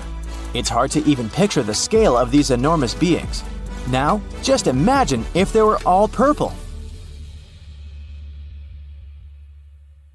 It's the 15th of January, 2022, 4:47 p.m. local time. It will start any moment. Here, do you feel these jolts? The South Pacific is about to experience one of the most powerful volcanic eruptions ever recorded by modern instruments. The eruption begins at Hunga Tonga Hunga Ha'api, an underwater volcano in the Tongan archipelago. The eruption itself is enormous. Its volcanic explosivity index is at least VEI 5, with the maximum being 8. It's as powerful as such historic catastrophes as Mount St. Helens in 1980 and Mount Vesuvius in 79 CE. The eruption releases a staggering 2.4 cubic miles of volcanic material and sends over 150 million tons of water vapor into the stratosphere. This amount of water vapor would have been enough to fill 58,000 Olympic swimming pools. Additionally, the eruption generates the fastest underwater currents ever recorded and triggers large tsunamis that struck areas as far as Peru, more than 6,200 miles away from the volcano. And it takes at least 4 lives, with even more missing. But the craziest thing is that just before the eruption, 15 minutes ahead of time, there was a kind of warning. But as it often happens, people simply missed them. 2 seismic stations, about 466 miles away from the volcano, which is pretty far for this kind of thing, picked it up. They figured out it was a Rayleigh wave, which is a type of seismic wave that moves along Earth's surface. This wave was caused by a fracture in the ocean floor, where magma and seawater started to interact under a lot of pressure. That's likely what triggered the eruption. The crazy thing is that normally, volcanic seismic signals are pretty small and can only be detected close to the volcano. But this Rayleigh wave traveled way farther than usual and was much stronger. It means there had to be a massive amount of movement going on beneath the surface before the eruption. While people on the ground didn't feel it, those distant sensors picked it up. And this discovery is great for identifying volcanic threats earlier in the future and for improving early warning systems. If scientists can detect these seismic precursors, they could give a heads up before an eruption happens. That would give people time to evacuate and reduce the chances of injuries or property damage, especially for underwater volcanoes like this one, which can also trigger fatal tsunamis. Now, the eruption was big, but its impact was mostly contained. However, This discovery underlines how important seismic data is for predicting and preparing for these disasters. Even though this precursor wasn't used to issue a warning during this eruption, the idea that we could use this kind of information in real time during future eruptions is really promising, especially for underwater eruptions, which apparently might give us more warning time than we thought. Even though we wouldn't have been able to hear that precursor warning signal, there is a sound so loud it could actually finish you. And while such sounds are incredibly rare, the loudest noise ever recorded was indeed fatal to those who were close enough. On 27 August 1883, the eruption of the Krakatoa volcano in Indonesia created the loudest noise ever measured. It's thought to have been an astonishing 310 decibels at the source. To put this in perspective, a hand drill produces the sound of 98 decibels. The noise produced by a jet engine measures 140 decibels. And the sound of 180 decibels is capable of destroying your hearing tissue. So, the sound Krakatoa produced reached more than 170 decibels at a distance of 100 miles. And sailors aboard a ship just 40 miles from the eruption had their eardrums burst from the sound. The explosion's reverberation was so powerful that it was heard 3,000 miles away. In fact, at a farm in Alice Springs, Australia, over 2,200 miles away, sheep farmers reported hearing what they thought were gunshots. The sound from Krakatoa traveled around the world multiple times. Although no one heard the explosion beyond 3,000 miles, spikes of atmospheric pressure were recorded in places as far away as Canada and England. Those must have been the sound waves produced by the eruption traveling around the globe. Sound above 150 decibels can potentially cause life-threatening harm. In particular, sounds between 170 and 200 decibels can result in lethal conditions, including burst lungs. Anything over 240 decibels could cause fatal injuries, and you don't even want to know what those are. I'll just say that those sometimes happen to cartoon characters, but rarely to people. The scientific explanation behind this is that sound is essentially a wave of pressure, which can travel through both solids and liquids. And, in the case of an incredibly loud sound, pass right through the human body. If the pressure from such a sound is high enough, it can rupture eardrums and internal organs, causing significant and often fatal damage. Now, you probably know how volcanoes sometimes have small earthquakes before they erupt. Well, they often produce this weird sound called a harmonic tremor. The sound kind of hums, and the frequency of the hum gets higher and higher until it suddenly stops just before the volcano erupts. The sound has been recorded at a bunch of volcanoes around the world. But the thing about Redoubt Volcano in Alaska is that its tremor is so intense, people can actually hear it. It's like the volcano is letting out this crazy scream right before the eruption. According to a geophysicist at the University of Washington, the frequency of Redoubt's harmonic tremor is so high that it is barely perceptible as a low bass hum, and that's at its highest pitch. All because the pitch of Redoubt's tremor exceeds that of any other recorded volcano. It questions the limits of the existing models used to explain these phenomena. That's why researchers had to propose a new model to account for these unusually high-pitched tremors. Most volcanoes produce sound when magma bubbles vibrate as they rise through cracks in Earth's crust. But in the case of Redoubt, scientists believe that the harmonic tremor and associated earthquakes occur when magma is forced through a narrow opening under immense pressure. The thick magma sticks to the rock surface inside the conduit, a channel or a pipe that carries magma from a reservoir or chamber to the vent. As the pressure builds, the magma moves upward. This makes it stick again until the pressure forces it to move once more. These sudden movements cause small earthquakes, which, as the pressure increases, occur more rapidly and blend into a continuous rising noise. So it's actually the rocks making the sounds. This new model is important because it could help scientists better understand the eruptive cycles of volcanoes like Redoubt. It could also serve as a limited early warning system. by the time Redoubt began to scream like this, the volcano had already been erupting for a few days. So the tremor might only provide a few minutes or hours of warning before the next explosion. The harmonic tremor at Redoubt reaches an extremely high frequency, then falls eerily silent before the volcano erupts again. This pause occurs when the earthquake activity slows down and the two sides of the fault slip smoothly against one another. Maybe that's when even earthquakes can't keep up anymore. The new model may also apply to other volcanoes, such as the Soufriere Hills volcano on the Caribbean island of Montserrat. The research team is now planning to investigate why the pressure at Redoubt is concentrated in one specific spot. To move ahead in their research, the scientists have created 2 recordings of Redoubt's seismic activity. The first, a 10-second recording, compresses about 10 minutes of seismic sounds and harmonic tremors, sped up 60 times. The second, a 1-minute recording, condenses roughly an hour of activity, including more than 1,600 small earthquakes that had occurred before Redoubt's first explosion with harmonic tremor. These recordings could provide crucial insight into the dynamics of volcanic eruptions and the signals that precede them. So, you might have heard that Yellowstone National Park is sitting on top of a giant supervolcano. That's the reason why the area can boast powerful geysers and hot springs. But it also means that underneath Yellowstone, there is an enormous magma chamber.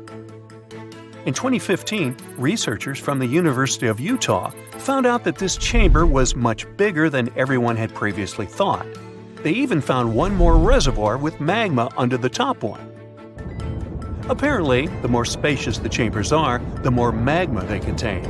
Together, the 2 reservoirs store a glob of magma that could easily fill the Grand Canyon not once, but 11 times. But you know the most worrying thing about the magma chambers? They tend to push against the ground above them. As a result, the land in Yellowstone rises about 1 to 2 inches a year. On top of that, Yellowstone has the status of an active volcano, and its volcanic explosivity index, yes, there is one, is 8 out of 8. Such a high number means that if this volcano erupted, it would be an apocalyptic event. To put it into perspective, the eruption of Pinatubo in the Philippines in 1991, which is considered the most powerful in living memory, was given a mere 6 on the volcanic explosivity index. Ha, loser. Now, let's figure out if there's anything to worry about. In March 2023, the University of Utah seismograph stations recorded 354 earthquakes in the entire region of Yellowstone National Park. Sounds like a lot. But keep in mind that the most impressive event of the month was a mini earthquake of magnitude 3.7. It was part of a swarm of 106 earthquakes that began on March 29th and continued until the end of the month. Yep, earthquakes apparently also come in swarms, so be aware. Experts say that Yellowstone's seismic activity is, well, kind of more active than usual, but it's really nothing serious. A geophysicist working at Yellowstone Volcano Observatory called Michael Pollan claims that the volcano won't erupt anytime soon. For this to happen, there must be enough magma ready to erupt beneath the surface. Whew. There should also be enough pressure to cause this magma to rise. But neither of these conditions exist today. According to the expert, Yellowstone is stable now. At the same time, Pollan and his team are keeping track of all kinds of underground activity, looking for warning signs of possible eruptions. Some of them can be the frequency of earthquakes and ground deformation. Thousands of mini earthquakes, coupled with extreme changes in the surface of the ground in that area, can be alarming. The team also monitors the temperature of the park's thermal features. That's another noteworthy sign of a potential disaster: park-wide changes in geyser activity, as well as gas and thermal emissions. So, despite the media claims that Yellowstone is due to erupt soon because the last eruption happened 70,000 years ago, that's not how volcanoes work. Experts say that it's one of the most popular misconceptions about volcanoes. They don't follow timelines. If a supereruption did happen, though, the most worrying thing for us would not be the lava flows, and not an earthquake that would most likely accompany the natural disaster. No, the worst consequence of such a supereruption would be ash and ashfall. Let's have a look at what it was like when the Yellowstone Volcano erupted many years ago. There have been at least 3 supereruptions in the history of the volcano. The most powerful of them was 2,500 times more devastating than the terrifying eruption of Mount St. Helens in Washington state in 1980. As for the most recent supereruption, it was dubbed the Lava Creek eruption. It formed the Yellowstone caldera after spewing out an insane amount of dust, volcanic ash, and rock into the air. Recently, scientists have also learned about 2 other previously unknown supereruptions that happened around 9 and 8.7 million years ago. The younger of the 2 is now considered to be the largest recorded event of the whole Snake River Yellowstone volcanic province.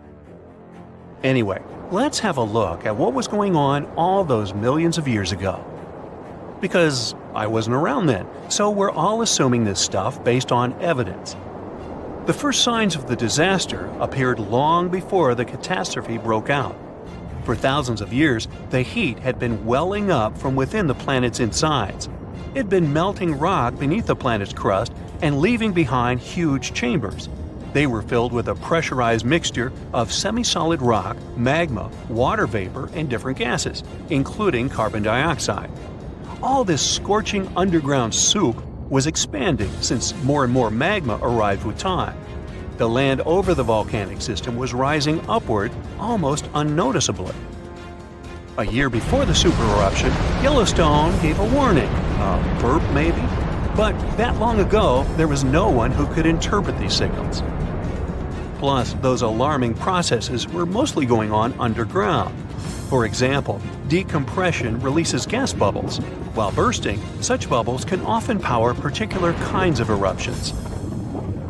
Months before the eruption, small-scale earthquakes became more frequent and more intense. The ground in many spots all over the supervolcano got hotter than it used to be.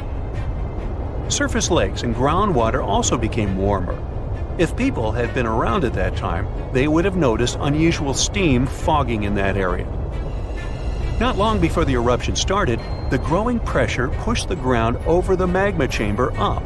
This created a dome-shaped uplift. Narrow cracks started to open along the edges of this dome. Imagine opening a bottle of soda after you've shaken it. Something like that was happening near the volcano. Think Mentos and Diet Coke. The pressure was released through the fractures when gases were bursting out from under the surface. So right before the disaster, the ground around the Yellowstone volcano lifted. Geothermal pools and geysers heated up to boiling temperatures and got more acidic than usual. The magma started to rise toward the surface. At one point, the rock roof of the magma chamber couldn't resist anymore, and the eruption kicked off. Small but constant tremors began to move the ground days before the catastrophe. But the real shaking didn't start until several minutes before the eruption. With a deafening roar, a massive column of lava and ash hurled up into the air. Within several minutes, a pyroclastic flow rushed across the area at a hurricane-force speed. Such a flow is a liquid mixture of half-solid lava pieces, volcanic ash, and hot, expanding gases. It looked like an extremely hot, toxic snow avalanche. With a temperature of about 1,300 degrees, it was burning everything in its path. The volcano kept pumping ash for days on end. For all living creatures, ash fallout was one of the most dangerous consequences of the eruption. Volcanic ash turns into glassy cement within seconds of being inhaled. Most animals didn't have a chance to survive. Even thick trees started to collapse under the weight of this dense substance. It only took a couple of days until a thick layer of ash covered huge territories. After the ash got into the stratosphere, the temperatures all over the world started to drop. The eruption was rich in sulfur, which is an effective sunblocker. That's why it soon got so cold that there was no summer in the whole world for the next several years. Animals couldn't find food and clean water. This natural disaster, called the Gray's Landing supereruption, was colossal. That's how researchers described it in their recent studies. It affected a huge territory. The streams of lava enameled an area as large as New Jersey in scorching hot volcanic glass. It instantly sterilized the land surface, wiping out all the plant life that had been thriving there before. Now, if such an eruption were to happen these days, it would cover Colorado, Utah, and Wyoming with almost 3 feet of toxic volcanic ash. Many regions would be plunged into darkness. Even the coast, where most Americans live, would experience problems with the spread of the ash cloud. It would destroy crops and contaminate pastures, ruin power lines and electrical transformers. Well, so I'm sure you'll agree with me, it's a good thing that such a disaster isn't expected to occur anytime soon. Hey, we got enough other stuff on our plate. We all know that space missions come with a hefty price tag. To break it down, a ticket to space for an astronaut starts at around $20 million and can soar up to $50 million. NASA may be a well-funded organization, but you can bet they're always on the lookout to cut costs and save millions wherever they can. Plus, NASA has long realized they do not need to go to Saturn's moon to study if there's life there. We already have the suitable conditions for extraterrestrial life in Wyoming. If that resonates with you, then you already understand why NASA is so interested in Yellowstone. To explore life beyond Earth, we need to study environments that mimic extraterrestrial conditions. That's where all those hot springs come into play.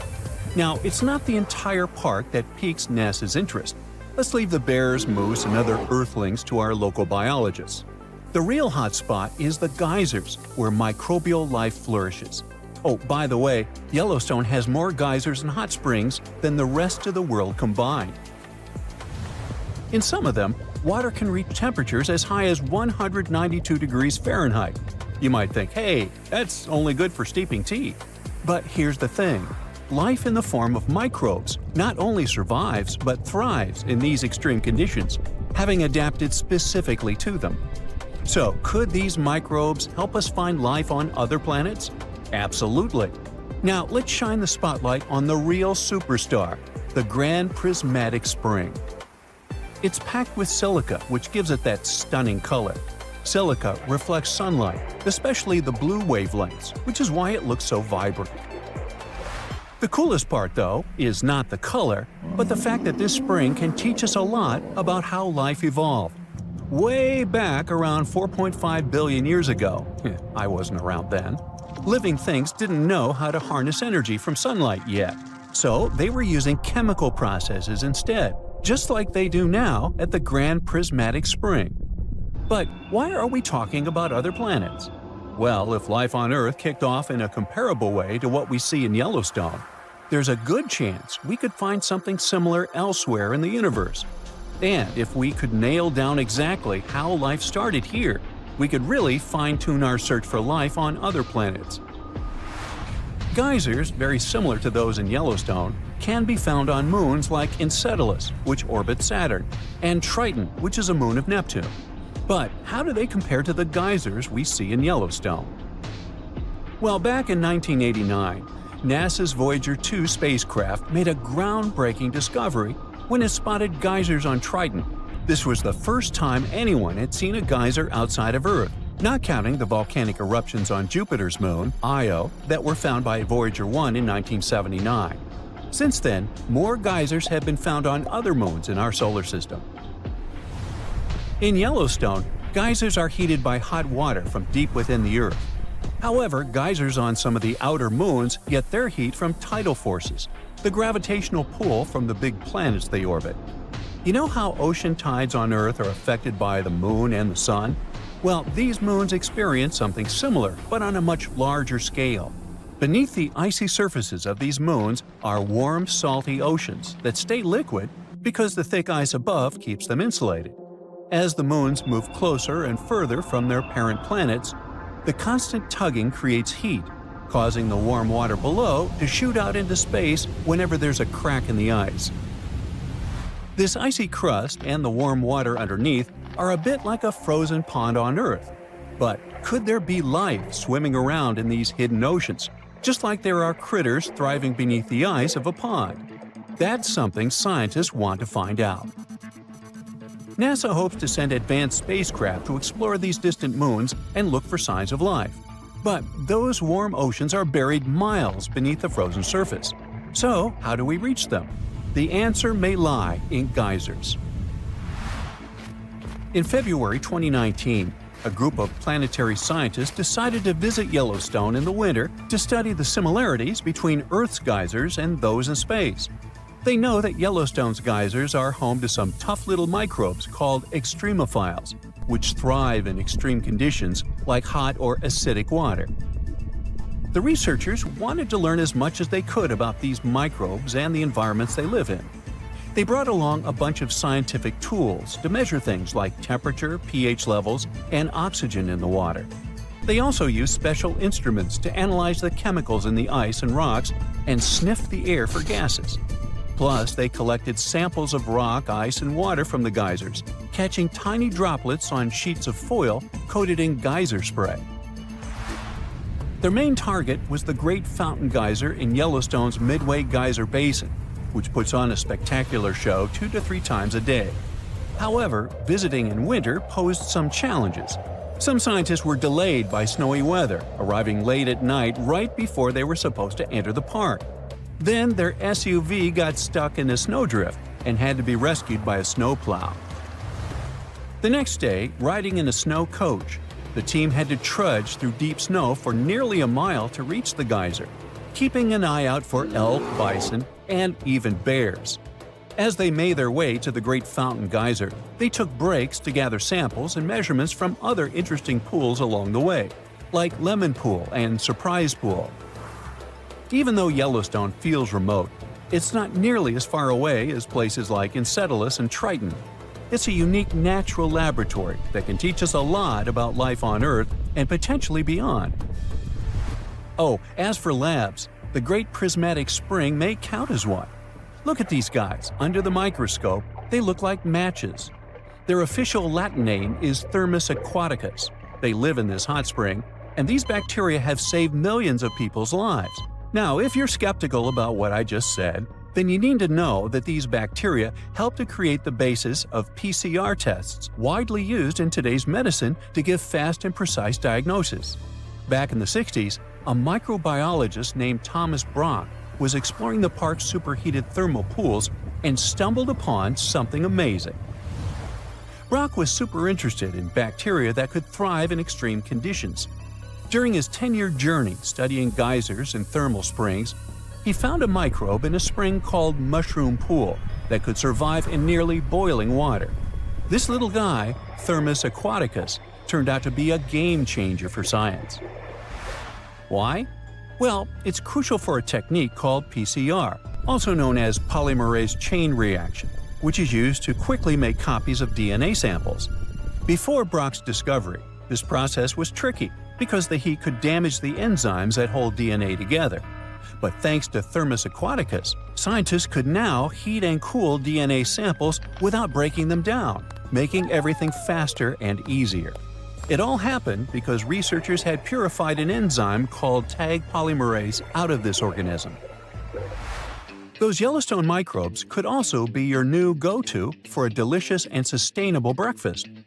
A unique microbe was discovered there during some NASA-funded research, and it's now being transformed into tasty vegan breakfast patties and cream cheese.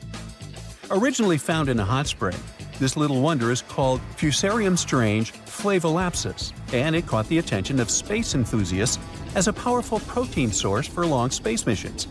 Plus, it requires way less water and land than beef, making it a smart choice for the planet.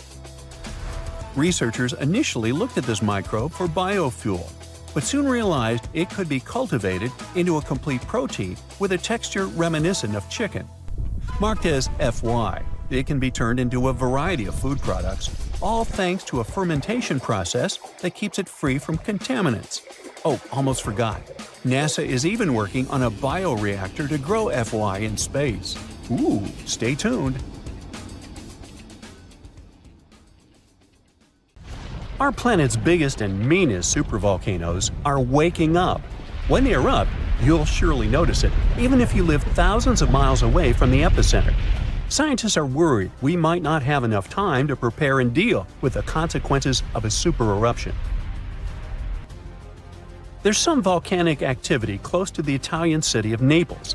And no, it has nothing to do with the famous Mount Vesuvius, but with another volcano.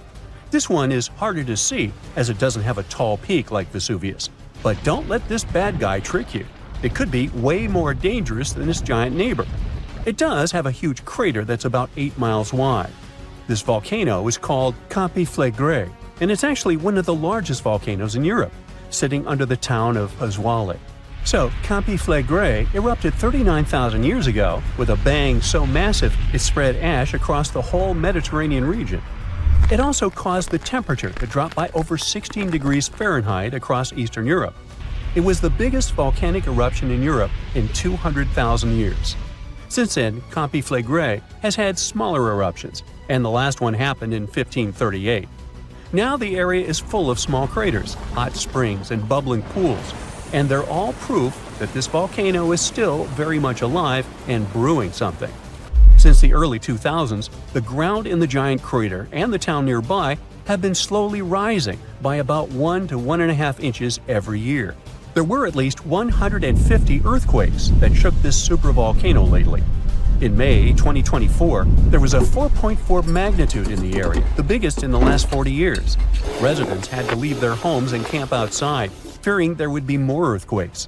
No one knows how Campi Flegrei is going to behave in the following months or years, but the authorities are organizing evacuation exercises to prepare the population just in case. The Italian volcano looks like an innocent kitten compared to the real giants like Yellowstone. For a volcano to deserve the title of a super one, it must be able to produce catastrophic-scale eruptions and eject huge amounts of magma, ash, and volcanic gases. The Yellowstone giant meets these criteria. Even though it moves from time to time, the Yellowstone supervolcano hasn't erupted for 640,000 years. But when it does wake up, it might erupt with incredible power, about the same amount as 10 huge nuclear power stations can produce. Under the ground, beneath Yellowstone, there's a super hot area full of molten rock called magma. As more magma moves into a big space called a magma chamber, the ground above starts to swell or rise. When the magma cools down, the ground falls. Between 2004 and 2009, the ground at Yellowstone rose by almost 10 inches, but then it started to slowly go back down in 2010. Scientists aren't sure if it's going to erupt anytime soon. There's also another big volcano called Long Valley in California that has been active since 1980, and it can be a really big threat. Scientists studying this supervolcano found out that before its biggest eruption, 760,000 years ago, the buildup may have taken less than a year.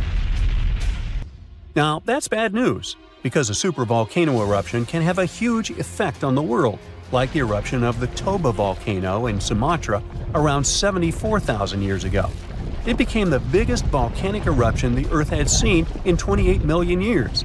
It covered parts of Indonesia, India, and the Indian Ocean with a thick layer of volcanic debris, almost like a 6-inch blanket. The amount of rock it spewed out was like stacking nearly 3 million Empire State Buildings. The giant crater it left behind can still be seen from space. All the ash and gases shot up into the air and blocked some of the sunlight. It caused a volcanic winter that lasted about 6 to 10 years. Some scientists think this eruption might have even affected early humans. Around the time Toba erupted, the human population took a sharp dip, and there were far fewer people. Some say this is why all modern humans come from a small group of survivors. According to the Toba catastrophe theory, most early humans in Europe and Asia didn't survive the cold and harsh climate after the eruption, but a lucky group lived through all that in Africa. Not all scientists agree with this idea, and some archaeological and climate records show a different story. Another volcano that changed the world in a big way was Mount Tambora in 1815. The next year went down in history as the year without a summer. It was cold and rainy, and there was snow and frost even in the middle of summer, especially in Europe and North America. This happened because the volcano sent out a lot of sulfur dioxide into the sky, which spread all over the world and made the planet colder. When Tambora erupted, it caused huge tsunamis that smashed homes and took the lives of around 10,000 people. Afterward, about 80,000 more people passed away because of the consequences the eruption had caused in the world. The cold weather ruined crops, so food became really expensive. And because horses were the main way people traveled, the cost of oats that they ate went way up too.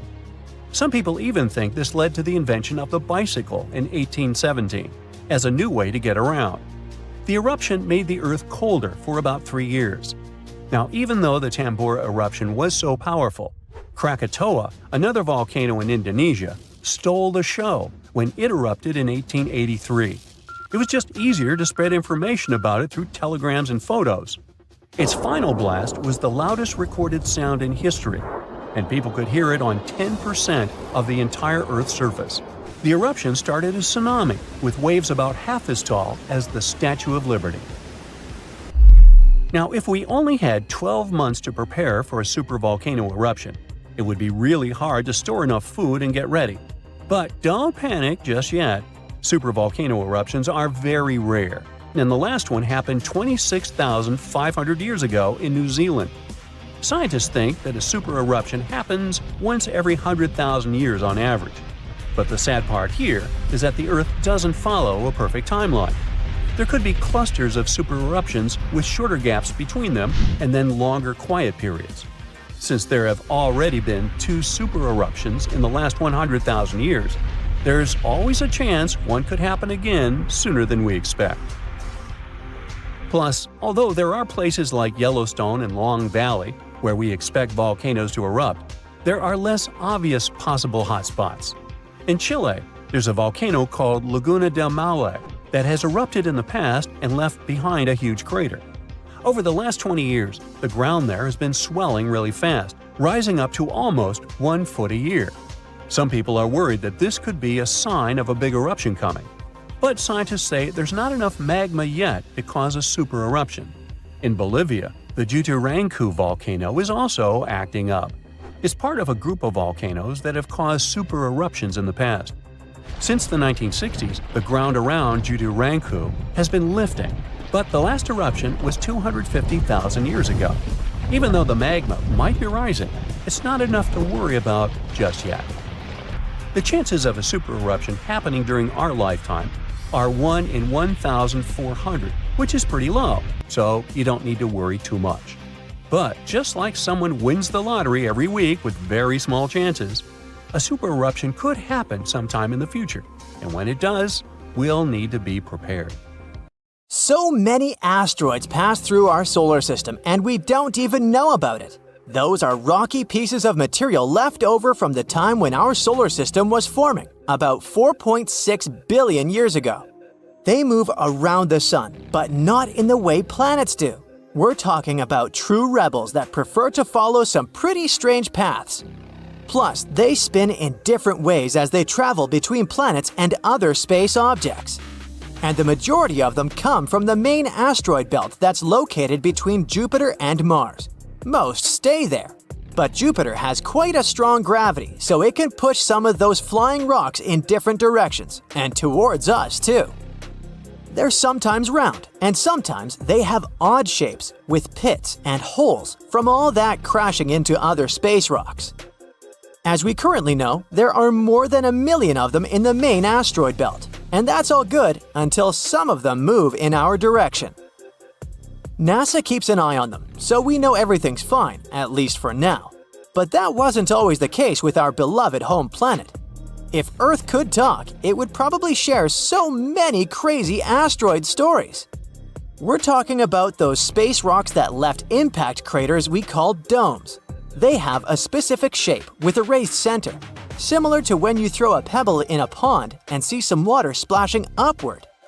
But we'll never be able to learn about many others. I know this raised center sounds like something you're supposed to see right away, especially if an asteroid that once slammed into the surface was big. But we're talking about millions and millions of years of erosion, so wind, water, and even gravity do what they do best and erase traces. They wear down impact domes, and some sites even end up hidden under layers of rock and dirt, or they disappear forever because Earth's tectonic plates keep moving around. Check out the Moon. It's experienced many collisions too, but over there, there's no ocean or tectonic plates moving around, or even wind to slowly, through millions of years, erase craters from its face. Basically, its entire history is written on its surface. But Earth has its own forces that can erase such places as the Vedafort impact structure and the Chicxulub crater. You know, the famous one that wiped out the dinosaurs? Luckily, scientists have new methods to find ancient craters. They often focus on the mess impacts made, which means the materials they threw around. And the Australian continent is especially interesting since we're talking about a playground for asteroid hits. By that, I mean ancient supercontinent Gondwana that dominated the South hundreds of millions of years ago. Experts know about 38 impacts, plus they speculate about 43 more. Some structures are relatively small, while others are big and completely hidden. And recently, a scientist named Tony Yates has discovered strange underground magnetic patterns in New South Wales, Australia. Yay! New clues of a giant asteroid impact! And when I say giant, I really mean it. It's a structure 323 miles in diameter. This might be the largest impact site ever found. This spot is called the Deniliquin structure. Its magnetic patterns show characteristic ripples around the center, like when a rock hits the water. There are also fractures that go outward from the center. And it seems rocks from inside Earth ended up pushed into these fractures. That's a typical story for big asteroid impacts. This structure was probably located in eastern Gondwana hundreds of millions of years ago, way before it split into several continents, including Australia. At the moment, all we know about this crater is what we see on the surface. To find more information about this collision and get some proof, we'll have to drill into the ground. An asteroid this big is definitely not a joke. It could have caused a massive ice age and maybe even wiped out around 85% of species, even more than the asteroid that ended dinosaurs.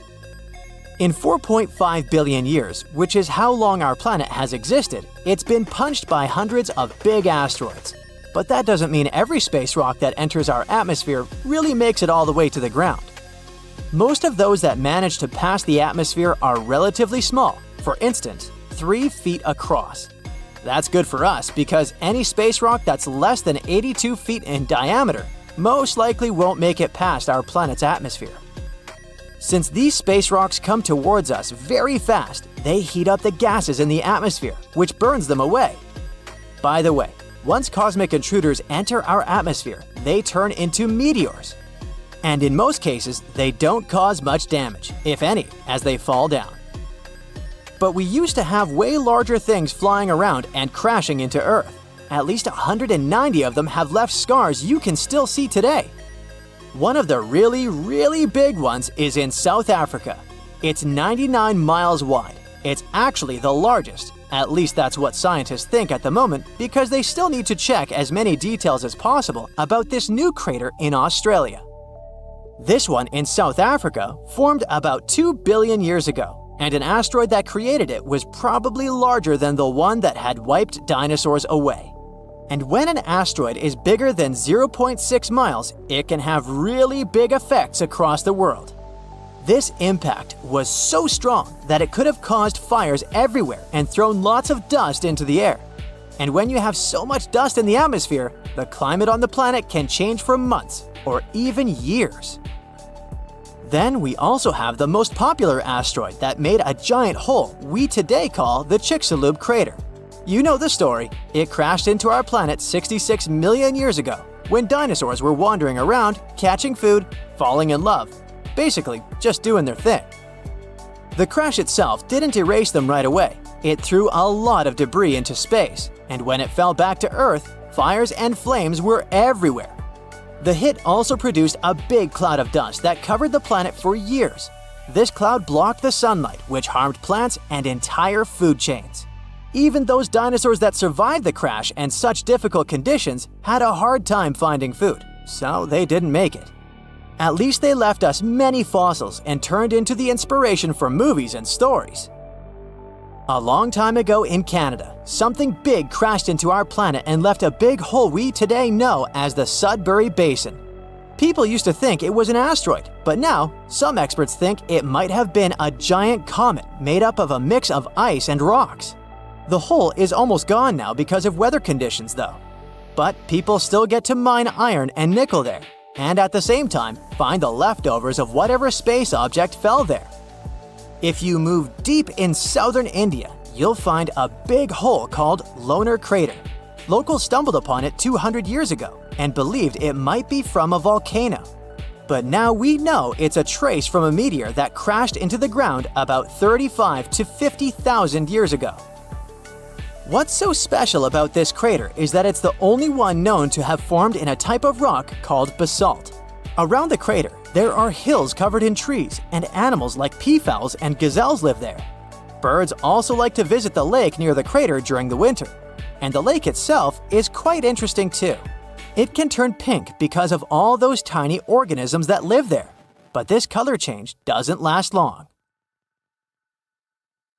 Rocks rolling down the slopes of a rumbling volcano, pushing other bigger rocks on their way, and eventually tumbling down into the ocean in a humongous cascade, causing a wave the height of which the world's never seen before. This is what might happen if the Helena slump of the Hawaiian Big Island falls off into the water. The Kilauea volcano is far from dormant. The latest eruption occurred in 2018. Its eruptions are usually accompanied by earthquakes of different magnitudes, and with each quake, the magma rocks on the slopes of the volcano shift down. These rock formations are called slumps, and the Helena slump is the most notorious of them all. In 1868, the shift of this slump caused a tidal wave rising as tall as 60 feet. But what's most troubling is that some 110,000 years ago, a landslide here led to one of the most powerful earthquakes ever, which in turn led to a mega tsunami of over 1,000 feet in height. Scientists are worried that such an event may repeat in the future. If that happens, the wave might engulf the whole of Hawaii and easily reach both North and South American coasts. Geologists are quick to reassure, though, that a landslide like this is unlikely to occur anytime soon. It's just too early for that. But when it finally does, the consequences will be catastrophic. Have a nice day! Yellowstone National Park in the western USA is world famous for its dazzling views, and especially the colorful Grand Prismatic Spring at its very heart. But we should all stay aware that Yellowstone is, first and foremost, an enormous caldera, basically a slumbering supervolcano. The difference between a regular volcano, like Kilauea from earlier, and a supervolcano is that the latter is thousands of times more powerful. Imagine an eruption spewing tons of huge rock and rivers of hot lava, pumping out clouds of ash that make countries stop air travel for weeks. And now multiply all of this by 1,000. This is what a Yellowstone eruption would look like. At first, a huge area in the middle of the national park would shake, crumble, and then blast upwards in a megaton explosion. Lava flows and magma rocks would cover the area of about 40 square miles, roughly half of Washington, D.C. But the greatest danger is the volcanic ash. The ashen plume would rise miles above and get carried by the wind in every direction. Since the eruption would be far from ordinary, the spread and damage would also be much greater than usual. The ash is thick and heavy, so it would cover a vast area in a blanket, destroying crops and even buildings. Worse still, it would spread in the air and block out the sun, leading to a drastic drop in temperature and an artificial winter. Even regular volcanoes can lower temperatures worldwide by a few degrees. A supervolcano may potentially cause a new ice age. Luckily, the chances of Yellowstone supervolcano erupting in the near future, or at all, are extremely low. There have been only 3 of those in the history of Earth, and there's no evidence such a disaster should repeat. Scientists estimate the probability at 0.00014%, which is lower than the chances of an asteroid wiping us all out. Speaking of which, if dinosaurs could talk, and were at least still alive for that matter, they'd tell you that asteroid threat is as real as it gets. Scientists at NASA say they've tracked 90% of all near-Earth asteroids of significant size, and none of them are a matter of any concern. But there are still the other 10% in the great unknown. What's more, asteroids can change their line of flight because of the pull of other celestial bodies and eventually turn our way. Lucky us! Now, if an asteroid big enough, like a mile across, hits the Earth, it will first cause an explosion powerful enough to erase a dozen big cities in a matter of seconds. Then the impact will raise a cloud of dust and debris that will block out the sun, just like the ash cloud from a volcano, and cause a centuries-long winter on the whole planet. But even if it falls into the ocean, which is more likely, a resulting wave will rise several miles high, washing coastal cities off the face of the planet. But at least there won't be a new ice age. Although scientists are pretty sure there's no such threat in the near future, it can't be ruled out completely, and humanity needs at least 5 years to prepare for this event. If a big near-Earth asteroid suddenly changes its course and turns right toward our planet, we won't stand a chance against it. Disaster movie, anyone? A much more probable calamity, though, rests right beneath our feet. It's the San Andreas Fault in California. The fault has been ready for rupture for years now, and scientists estimate that an earthquake along this line is likely to occur in the next 3 decades. And when it happens, it won't be nice. They expect a magnitude of 8.0, which is comparable to some of the most devastating quakes in history. It's all the more dangerous since California is home to some of the most populated cities in the western U.S., including Los Angeles and San Francisco. High-rise buildings are common there, and they're particularly vulnerable against underground shakes. The San Andreas earthquake might cause a whole lot of damage both to cities and countryside. In the worst-case scenario, the ground might break apart, destroying buildings, farms, and changing the landscape altogether. Still, scientists believe that the probability of such a quake is only 7% for the next 30 years. So there's a rather big chance, 93%, that we'll never see that in our lifetime. Yet, there's another earthquake hazard not so far away from the previous one: the megathrust in Chile. The country sits right above the subduction zone, an area where 2 tectonic plates meet and go one beneath the other. At the place of their meeting, stress has accumulated because of their continuous movement, and once that strain is too much, a major earthquake occurs. Chile has experienced a lot of quakes in the recent years, and scientists are worried those might be preparing the area for a really big one. They believe a great earthquake is due to happen before the end of the century, and it might be devastating to the coastal area. Even smaller quakes caused tsunamis that flooded the west coast, and a huge one like that is likely to raise a wave of incredible height. On the bright side, Chile now knows to prepare in advance for the coming natural disasters, and geologists are pretty sure people will be able to evacuate before the earthquake strikes.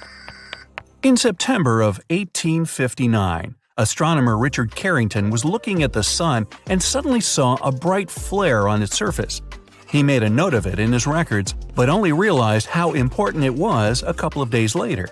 The energy from that flare reached Earth and struck it directly, causing northern lights to appear above Cuba and burning telegraph lines all around the world. This was dubbed the Carrington event, and it was a solar storm. Such storms hit the Earth fairly often, but none of them were so powerful as the Carrington event, neither before nor after. But in 2012, astronomers registered a similar solar flare whose energy nearly hit our planet once again. If it had been just a week earlier, we'd have been in big trouble. Today, humanity relies on electricity in almost every aspect of life, and a powerful solar storm would mess with the electromagnetic field of Earth a lot. All electric appliances would either shut down or short-circuit, and huge transformers powering basically everything would go out of order for good. It would take years to repair them, and the cost of such a massive blackout would count in trillions of dollars. The worst of it is that science is almost unable to predict solar storms, and even if we could know about them in advance, we'd be powerless to stop them. The flare happens in a matter of seconds, and it takes about 8 minutes for the particles to reach the Earth's atmosphere, causing the disturbance. The power outage would come a bit later, in a day or so, when a massive cloud of plasma gets to our planet. At the moment, there's no protection against solar flares, and the chances of one powerful enough to cut all of our electricity in the next few years are quite high, about 12%. The only good thing about all this is that we now know of such a possibility and can at least prepare in advance. Hey, don't forget to pack some underwear and socks. You'll always need those.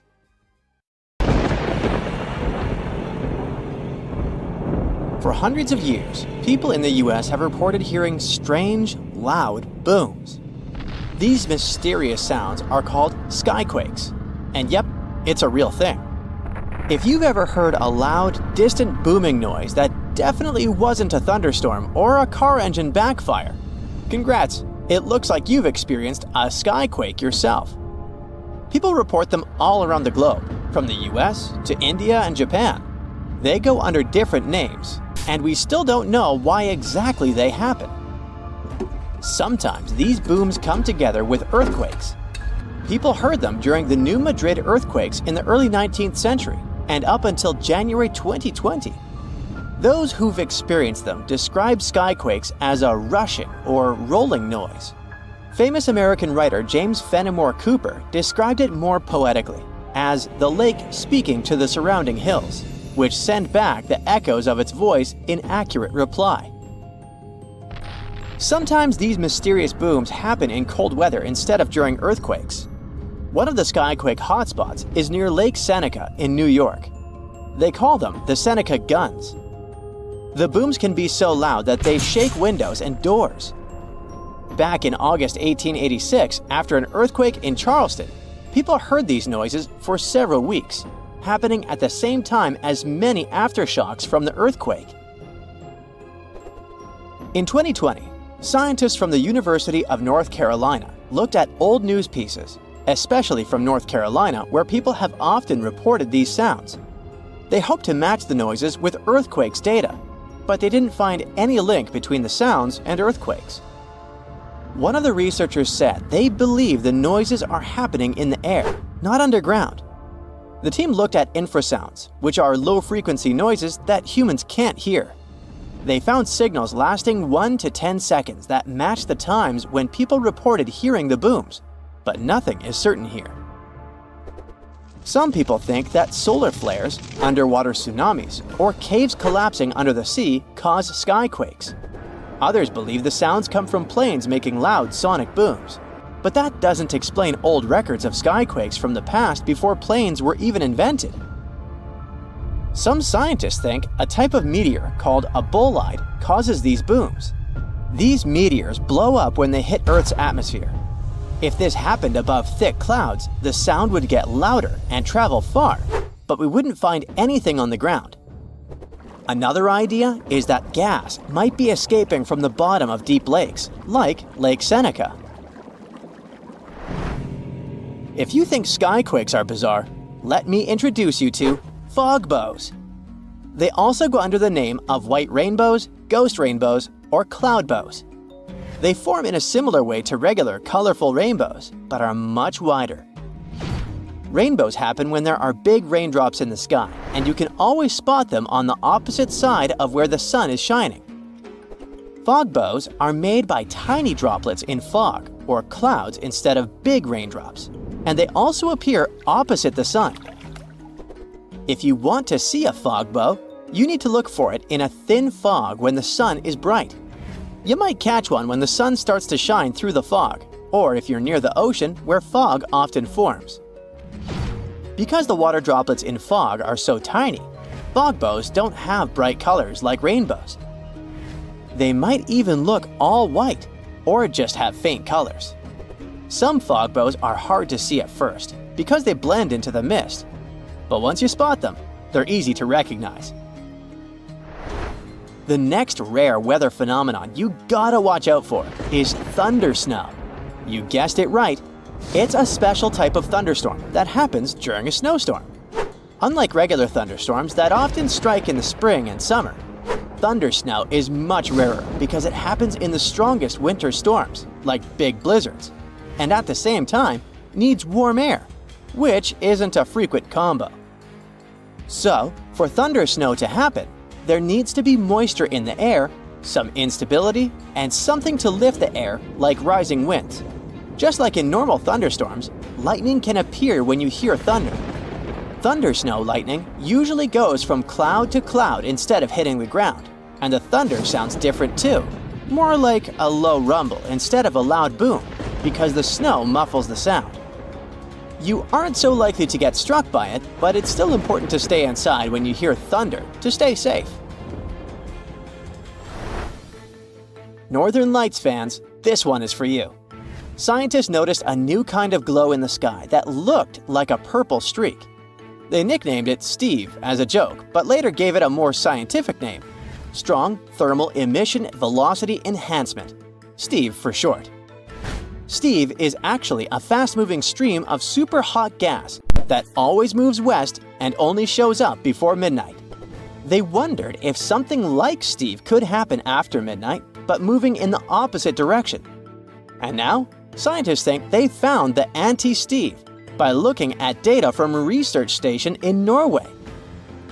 In December 2021, they took a picture of a bright purple streak stretching for 620 miles in the sky, and it only appeared after midnight. Satellites from the European Space Agency also measured the conditions in this part of the sky and found that the ions were moving eastward.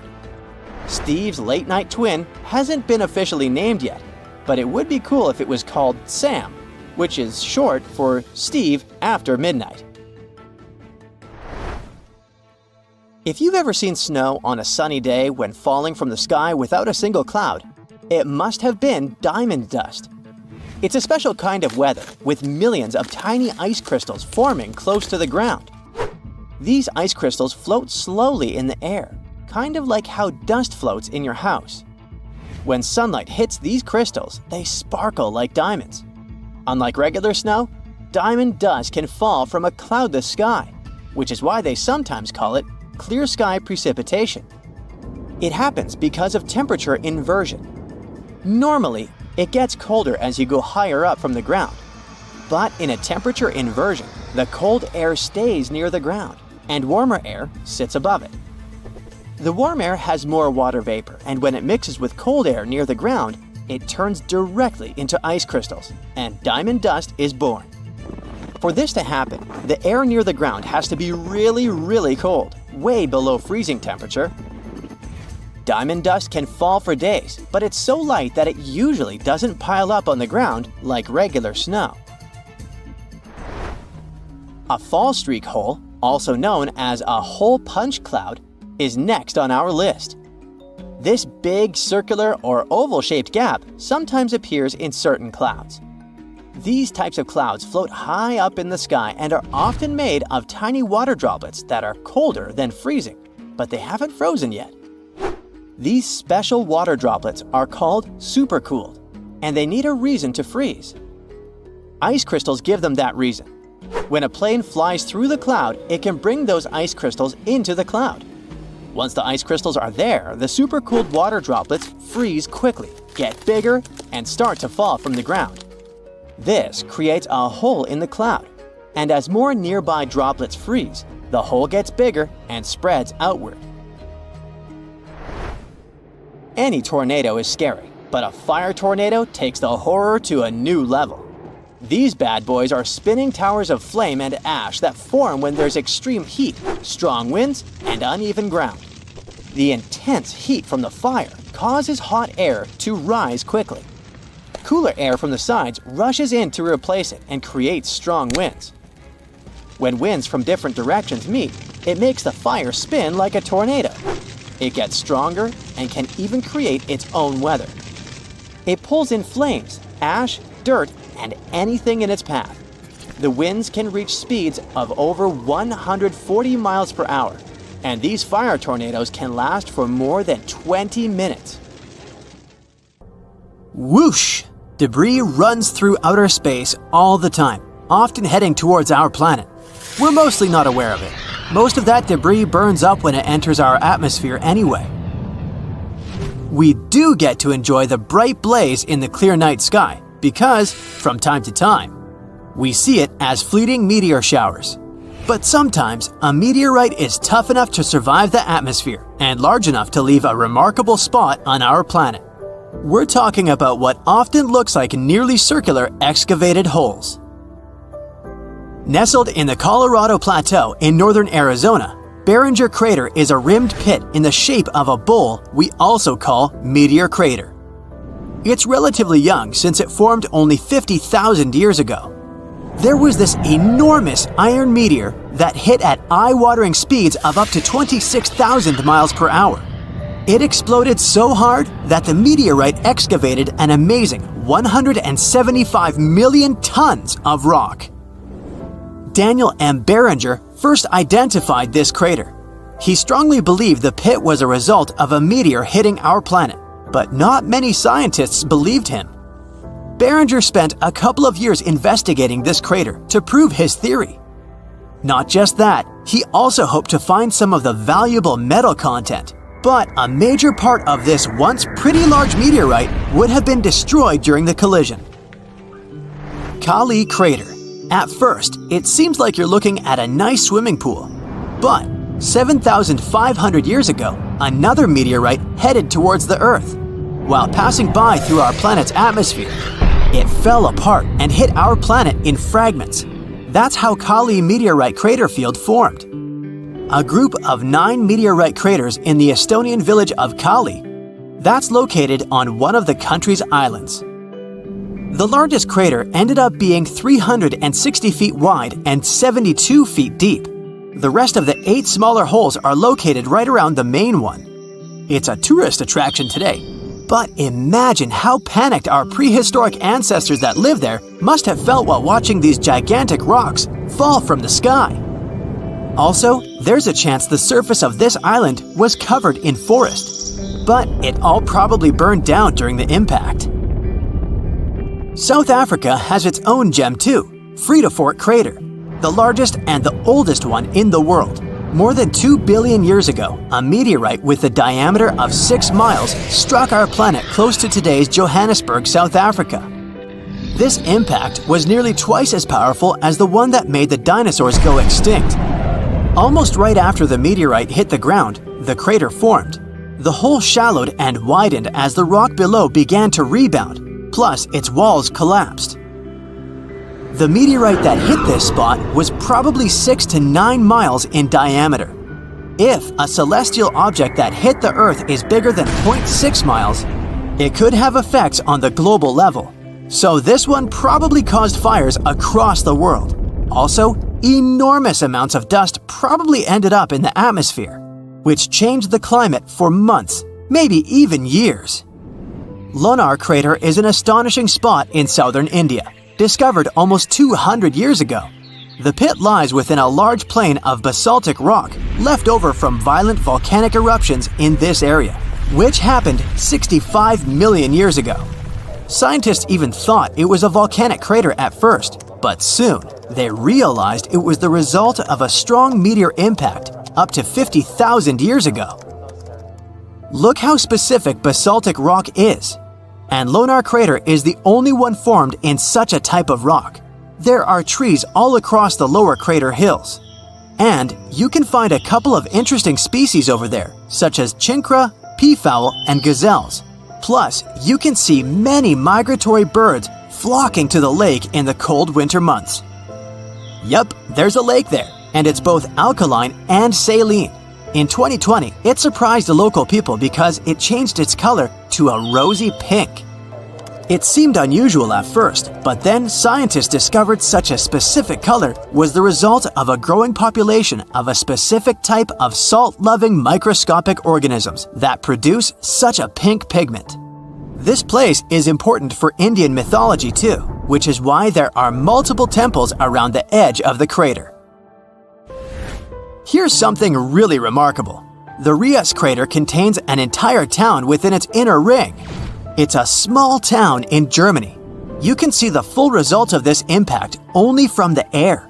The town walls highlight the inner ring of this crater that's about 0.6 miles, 1 kilometer, in diameter.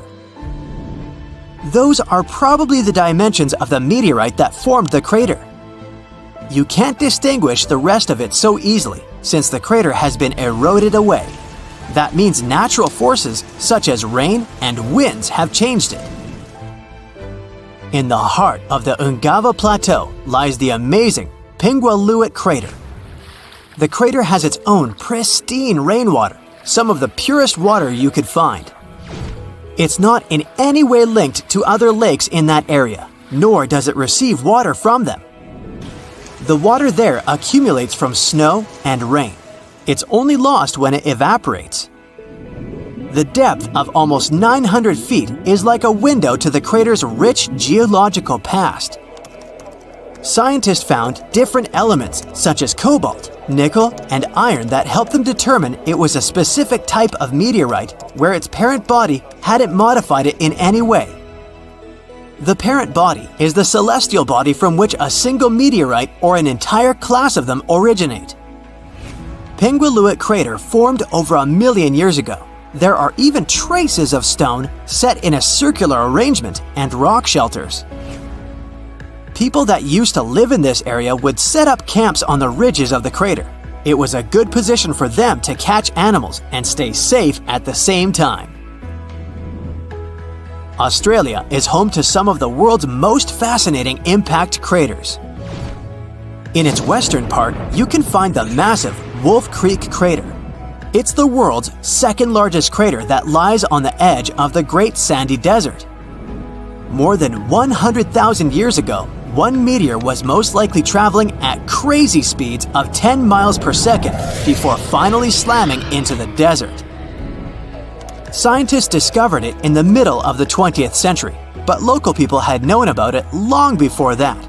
They had many cultural stories about that crater. One was about two ancestral snakes who were so incredibly big they managed to form both Wolf and the nearby Sturt Creeks as they were making their way across the desert. One of those giants emerged from the ground, and that's where the big crater is today.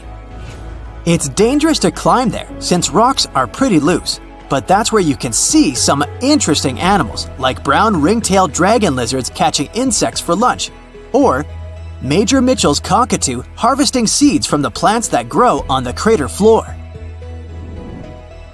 Another must-see crater in Australia is Goss's Bluff. It lies in the heart of the continent, sandwiched between the James Range and the McDonnell Range. It's a place of great cultural importance, so if you're visiting, respect signs stating which areas you're not allowed to access. A giant meteor slammed into our planet more than 140 million years ago. It was a really long time ago, so the original crater has been eroded through time. But even today, you can still see its core. A central ring of hills nearly 3 miles in diameter. This looks like you're on Mars, doesn't it? It's actually southwestern Algeria, and its famous Amguid crater. This one is relatively young, considering it's a result of a meteor impact that happened 100,000 years ago. This crater has an almost perfectly circular shape. Its center is unusually flat because of the type of soil at the bottom and the fact it's tightly compacted. Have you ever felt so happy that you were up on cloud 9? Well, in truth, they don't actually number these guys, but they're cool nonetheless. And I can show you super rare phenomena related to clouds. Hey, what time is it? I see Hector, so it must be 3 p.m. Who is Hector? Oh, Hector isn't a person. It's a thundercloud cluster. It forms almost every afternoon from September to March over the Tiwi Islands in northern Australia. Since Hector has this constant timing, airline pilots and boat captains have used it as a navigational guide for decades. This is a unique thunderstorm, not just because it's very punctual, but also because it's one of the world's most consistently large thunderstorms. Hector the Convector, yeah, it's sometimes referred to with an even cooler name, reaches heights of approximately 66,000 feet. What we see is vertical speed billowing white clouds.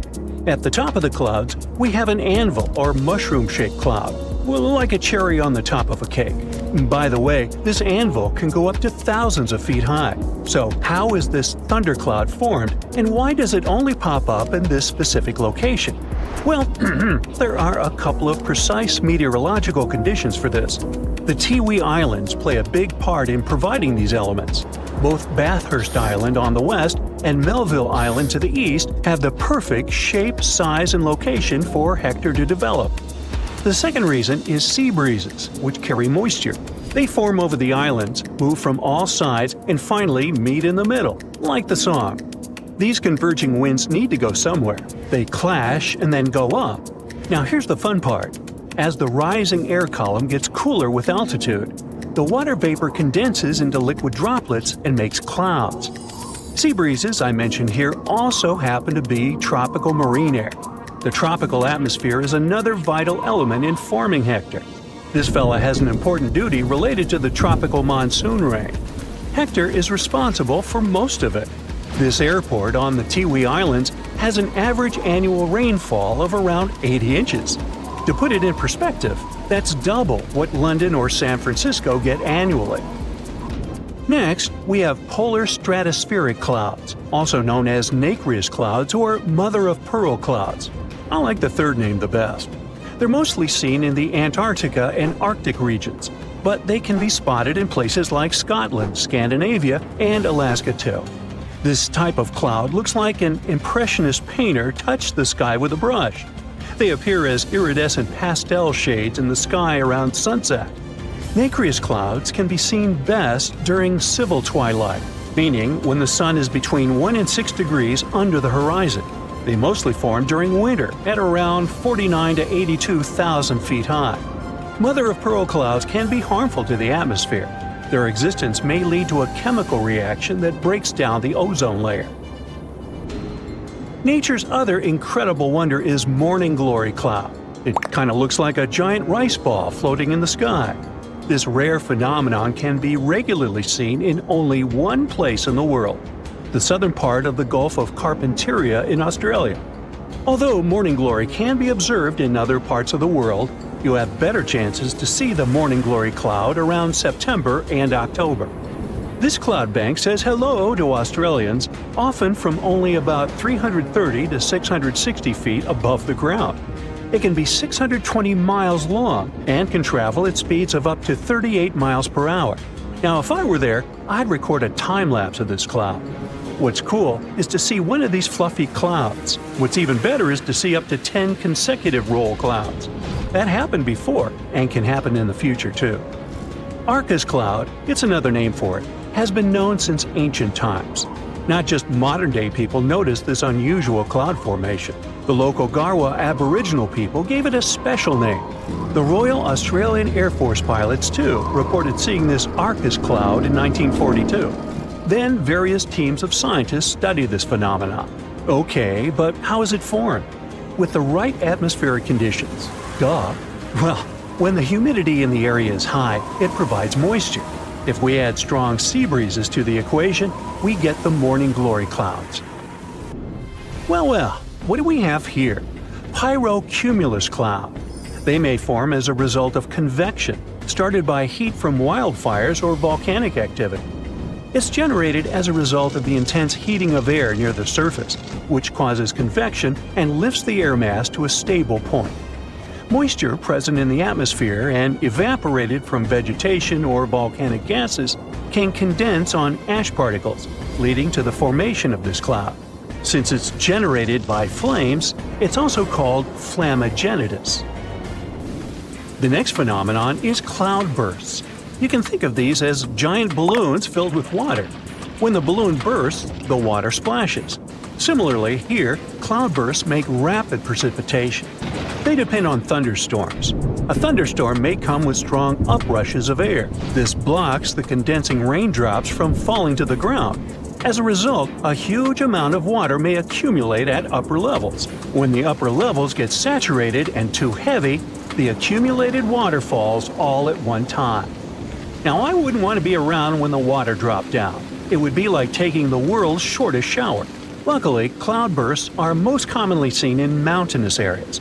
Let me give you an example of how intense this one can get. A rainfall of nearly 2.5 inches in 3 minutes was recorded in Portobello, Panama in 1911. That is a lot of water dumped in a place all at once.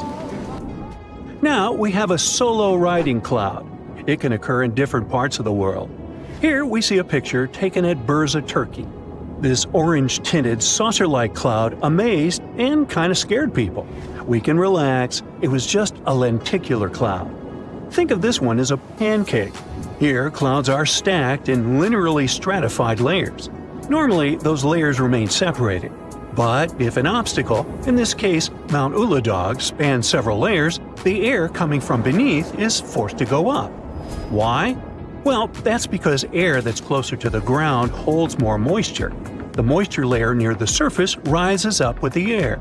The temperatures cool with altitude, and that air parcel is chilled down to its dew point as it ascends. Voila! The air becomes saturated and makes a cloud. Now this cloud doesn't last very long. Once the accumulated air has passed over the mountain or the obstacle, it comes down to its regular level. Poof! It warms up again and disappears. Keep in mind that wind is an important element here. In our case, this cloud formed near Mount Uladag because strong winds were coming from the south because of low pressure over northern Italy. Hey, I should be a weatherman. Rainbows are mesmerizing by themselves. What if I tell you that nature has gifted us also with rainbow scarf clouds? World Meteorological Organization says that these kinds of clouds are called pileus clouds, but that's a boring name, so I won't use it. So, the better named rainbow scarf clouds are accessory clouds. This means that they're dependent on a larger cloud system to develop. Firstly, an accessory cloud enlarges horizontally, and then a shape like a cap above the top appears. This part is attached to the upper part of another cloud. Now these clouds don't last long, similar to a regular rainbow's time of appearance. The main cloud underneath eventually rises up and absorbs the rainbow cloud above. Farewell, you beautiful little thing you. There are many other cloud formations that we could mention, such as fall streak hole or hole punch clouds. Do you ever see that the horizon is full of white clouds, but there's a hole to remind you of the blueness of the sky? It's like someone put their hand in there and spread the clouds. Well, as the song goes, we have just looked at clouds from both sides now. So, what are some other natural wonders that fascinate you? The strongest earthquake ever to strike east of the Mississippi River that happened over 200 years ago was never over, according to some scientists. Most earthquakes last seconds to minutes, and the official record breaker so far is a silent one in Sumatra that was going on for 32 years. This slow slip event triggered a massive quake and a tsunami. So if it's true that the new Madrid earthquake is still sending aftershocks, we'll have a new top name for this sad list. The earthquake started in December of 1811 with a powerful quake in a sparsely populated part of northeast Arkansas. They felt the shaking almost 1,000 miles away in the White House, and the tower bells were ringing in Boston, even further away. It even made the mighty Mississippi flow backward for a few minutes over new waterfalls formed by shifted ground. The town of New Madrid, Missouri completely disappeared in the disaster. The Earth wouldn't stay still until the end of January the following year, when things got serious again. A massive quake hit, this time near the junction of the Ohio and Mississippi rivers, right in the Missouri boot heel. Geologists believe it was a rupture on the New Madrid Fault, putting even more strain on the nearby Reelfoot Fault. Just when people thought it couldn't get worse, another 2 weeks of trembling passed, and the Reelfoot Fault snapped deep beneath New Madrid. Down in Tennessee, about 15 miles south of New Madrid, the ground uplift created Reelfoot Lake. Steamboats were chugging along the river, with thousands of trees floating and acres of woods torn apart by the quake. In St. Louis, Missouri, which is 160 miles away, buildings were badly damaged, and chimneys fell in Cincinnati, Ohio, 400 miles away. People all the way in Montreal, Canada, over 1,000 miles away, felt the earthshake. Seismologists have registered about 200 small earthquakes in the New Madrid seismic zone every year since 1974. Some researchers believe that up to 30% of those were aftershocks from those big quakes back in 1811 and 1812. In parts of the U.S. where there's not much tectonic action going on, these aftershocks could keep rumbling for years, maybe even centuries, after the big ones hit. Aftershocks are the Earth's way of releasing all that built-up stress from the main quake. When the ground shakes from the first earthquake, it puts a lot of pressure on the rocks nearby. And when those rocks can't take it anymore, they crack, causing even more shaking. That's the aftershock. And they can be pretty intense, especially right after the main quake, but weaken over time. Not all scientists agree that contemporary earthquakes have to do with those from 200 years ago. We mostly associate faults with those lines where Earth's plates meet. But there's a whole network of those right under the center of the North American plate. They're like relics from 750 million years ago, when North America was part of a supercontinent called Rodinia. When Rodinia started to break up, it left behind these rifts, weak spots in the Earth's crust that run deep beneath the modern Midwest. It could explain the earthquake action. An international team of geologists decided to take a fresh look at 3 major earthquakes that shook North America and end the debate. They used a new math method called the nearest neighbor. It says that if earthquakes are too close in space, time, and magnitude to be independent background events, then one is assumed to have triggered the other. Depending on how you look at the numbers, somewhere between 10 to 65% of the recent quakes in the region could be aftershocks of those historic earthquakes. And a huge quake that hit Charleston, South Carolina at the end of the 19th century might explain up to 72% of the earthquakes in the area since then. But not all places are the same, so the scientific debate continues. In 1774, British explorer James Cook noticed a glow in the distance. It was the volcano of Mount Yasur in Vanuatu. This bad boy had been spewing lava and ash ever since, and it's quite likely that it's been doing that for way longer. The volcano has been sitting at alert level since October 2016, which means things are really unsettled around there. They've even marked off a 2,000-foot radius around the crater to keep people safe. There have been low to moderate outbursts, shooting out ash, gas, and steam, and some bigger blasts throwing stuff outside the crater. Satellite images have picked up on some hot spots of sulfur dioxide plumes, showing that Yasur is still cooking up a big storm down there. Stromboli, one of the volcanic islands near Sicily, officially has the Guinness World Record as the longest continuously erupting volcano. It has been putting on a fiery show for over 2,400 years straight. Ancient sailors nicknamed it the Lighthouse of the Mediterranean. Most of the time, Stromboli's just spitting out spatter, but every now and then it throws in some lava flows or shoots up some moderately high fountains. Sometimes you might even catch a glimpse of steam-driven outbursts. Over 200 million years ago, the world went through a major makeover, with not 1, not 2, but 4 massive volcanic eruptions changing the game. It all happened in Rensselaer, a large chunk of island that used to be a supermassive volcano stretching across what's now British Columbia and Alaska.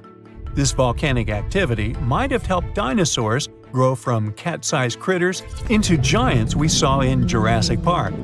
It kicked off a 2-million-year rainy season. It made the whole world hot and humid, and the dinos just loved it. Researchers dug deep into sediment layers beneath an ancient lake in China to uncover these secrets. They found traces of volcanic ash and mercury, clear signs of those epic eruptions. There were carbon signatures showing huge spikes in carbon dioxide levels, making the atmosphere toasty and the rain pouring down. It all happened in 4 separate pulses, each triggered by those monstrous volcanic blasts. There's a spot in a national park not too far away from Sydney, Australia, where a fire has been raging deep underground for at least 6,000 years. They call it Burning Mountain, and it's a coal seam fire, burning its way through a layer of coal beneath the Earth's surface. Once these underground fires start, they're pretty much impossible to put out. This ball of fire is up to 30 feet wide and extremely hot, but there's no flame, it's smoldering. The fire has been creeping along at a pace of about 3 feet per year. A local farmer first spotted it in the 19th century and thought it was a volcano. The people who have lived here for ages believe this place is sacred.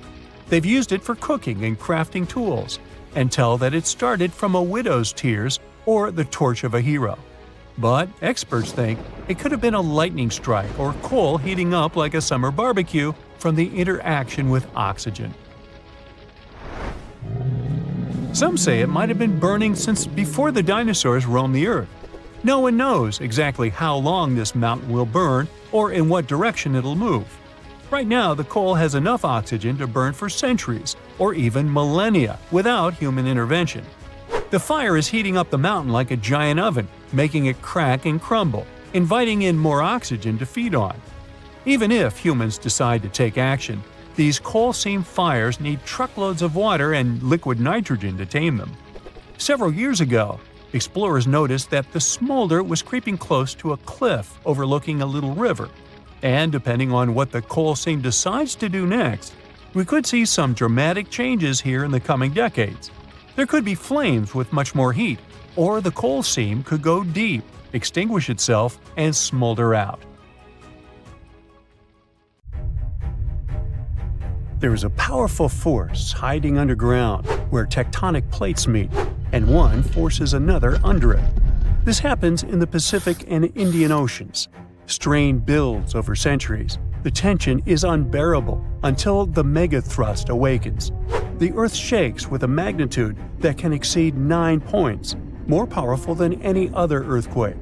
When the seafloor suddenly gets pushed up fast, it sends a huge ripple across the water, and a tsunami of huge force is out.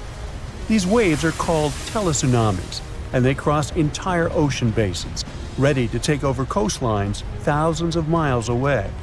The thrust fault stretches over 600 miles. The Earth is not just shaking, it feels like it's tearing apart. This is the power of a megathrust earthquake. Those caught in its path will have to fight for their lives.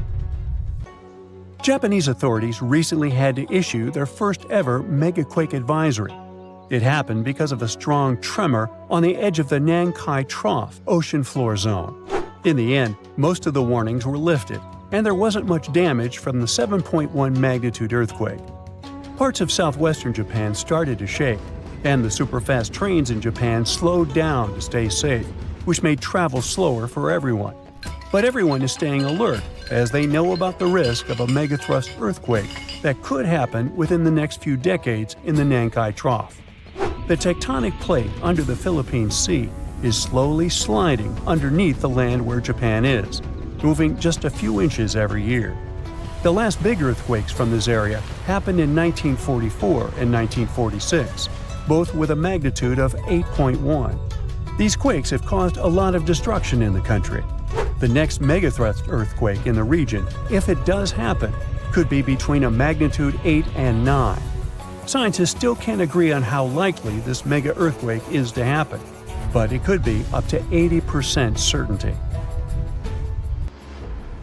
On the other side of the Pacific, scientists from the U.S. Geological Survey have studied a dangerous area along the U.S. West Coast. It's called the Cascadia Subduction Zone, and it stretches from northern California to northern Vancouver Island in Canada. Over the past 14,200 years, there have likely been at least 30 big earthquakes in this region. One major quake happens every 500 years on average. But for a long time now, Cascadia has been quiet, and it worries scientists.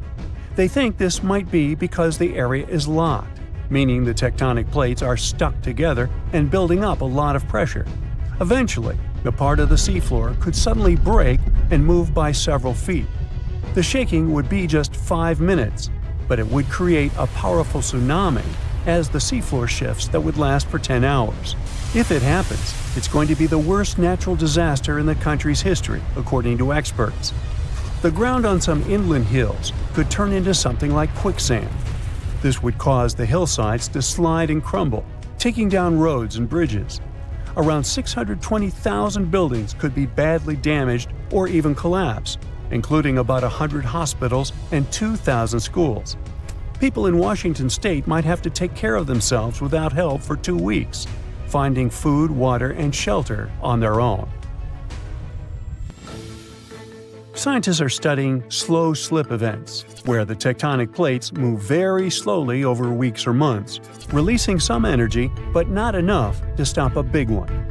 Every time the magnitude of an earthquake goes up by just one number, the energy it releases is 40 times bigger.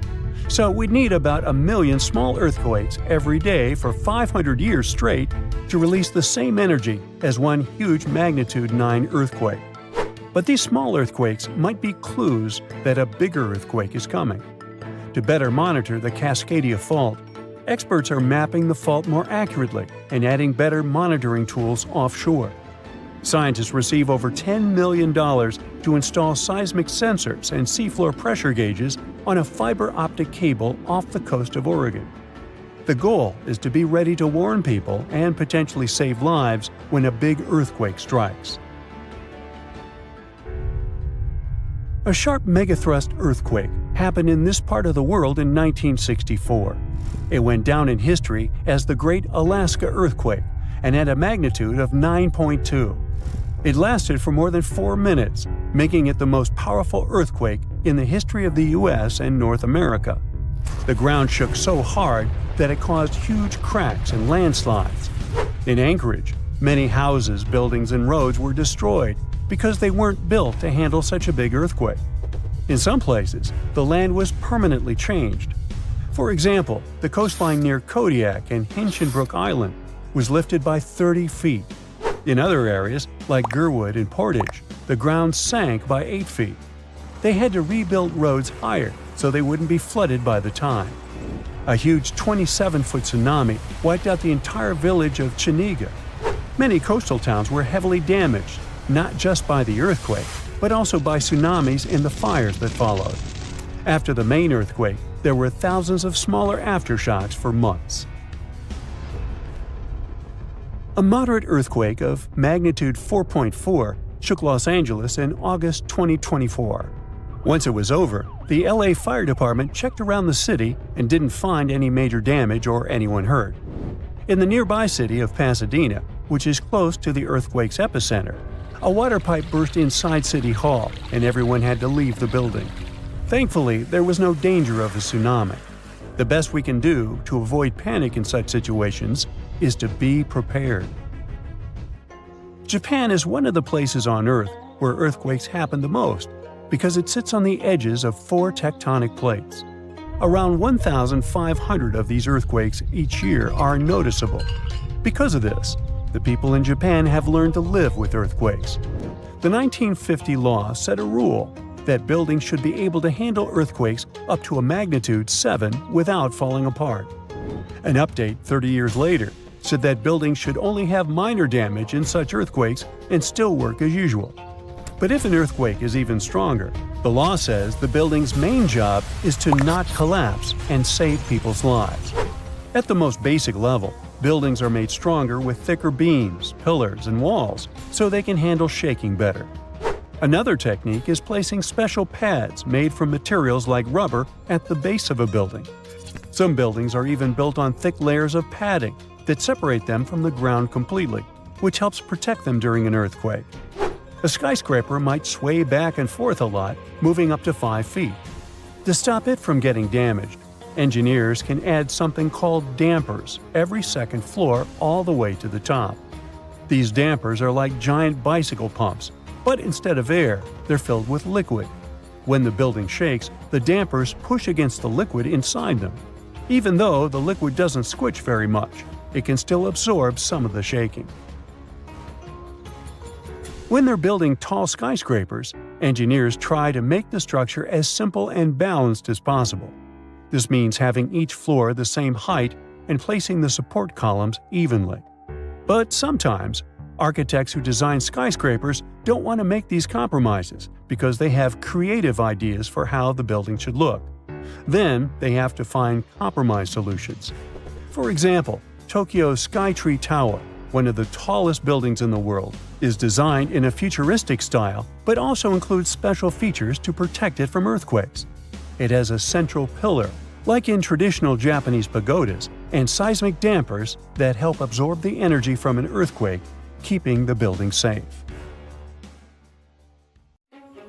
This invisible line divides the world into two parts, and most animals, fish, and birds, for some reason, can't cross it. The line is called the Wallace Line, and it runs between Australia and Asia. It has its name after Alfred Russel Wallace, a British scientist and explorer who discovered it in 1859. He traveled to Asia to explore a group of islands called the Malay Archipelago. As Wallace walked through the jungles, climbed hills, and sailed on boats, he noticed something like an invisible wall. On its west side, in places like Borneo and Sumatra, he saw animals you might find in Asia. There were big rhinos munching on leaves and monkeys swinging from tree to tree. The forests were full of life, with all kinds of animals you'd expect to see in a jungle. But in places like Sulawesi and Lombok, just across the imaginary line he came up with, Wallace found animals more like the ones in Australia and colorful birds like cockatoos. The behaviors of animals differ on different sides of the Wallace Line. Some creatures are great at traveling across tough barriers like water, but others are not. For example, bats can fly across open water, but they sometimes cross the Wallace Line. On the other hand, big animals that live on land like elephants usually stay on just one side of the line. Some birds are shy and like to stay hidden in thick bushes and trees to avoid predators. They wouldn't feel safe flying over wide stretches of water with no place to hide. Plants don't stick to the Wallace Line as strictly as animals do, because they spread in their own unique ways, like with seeds carried by the wind, water, or animals. One plant genus, the eucalyptus, mostly stays on the Australian side, but one eucalyptus tree has made its way to the Philippines on the Asian side. Underwater, the Wallace Line doesn't matter as much. The area between the Wallace Line and Australia is called the Coral Triangle, and it's bursting with life. Now, after more than 150 years, scientists think they finally have an explanation of the Wallace Line mystery.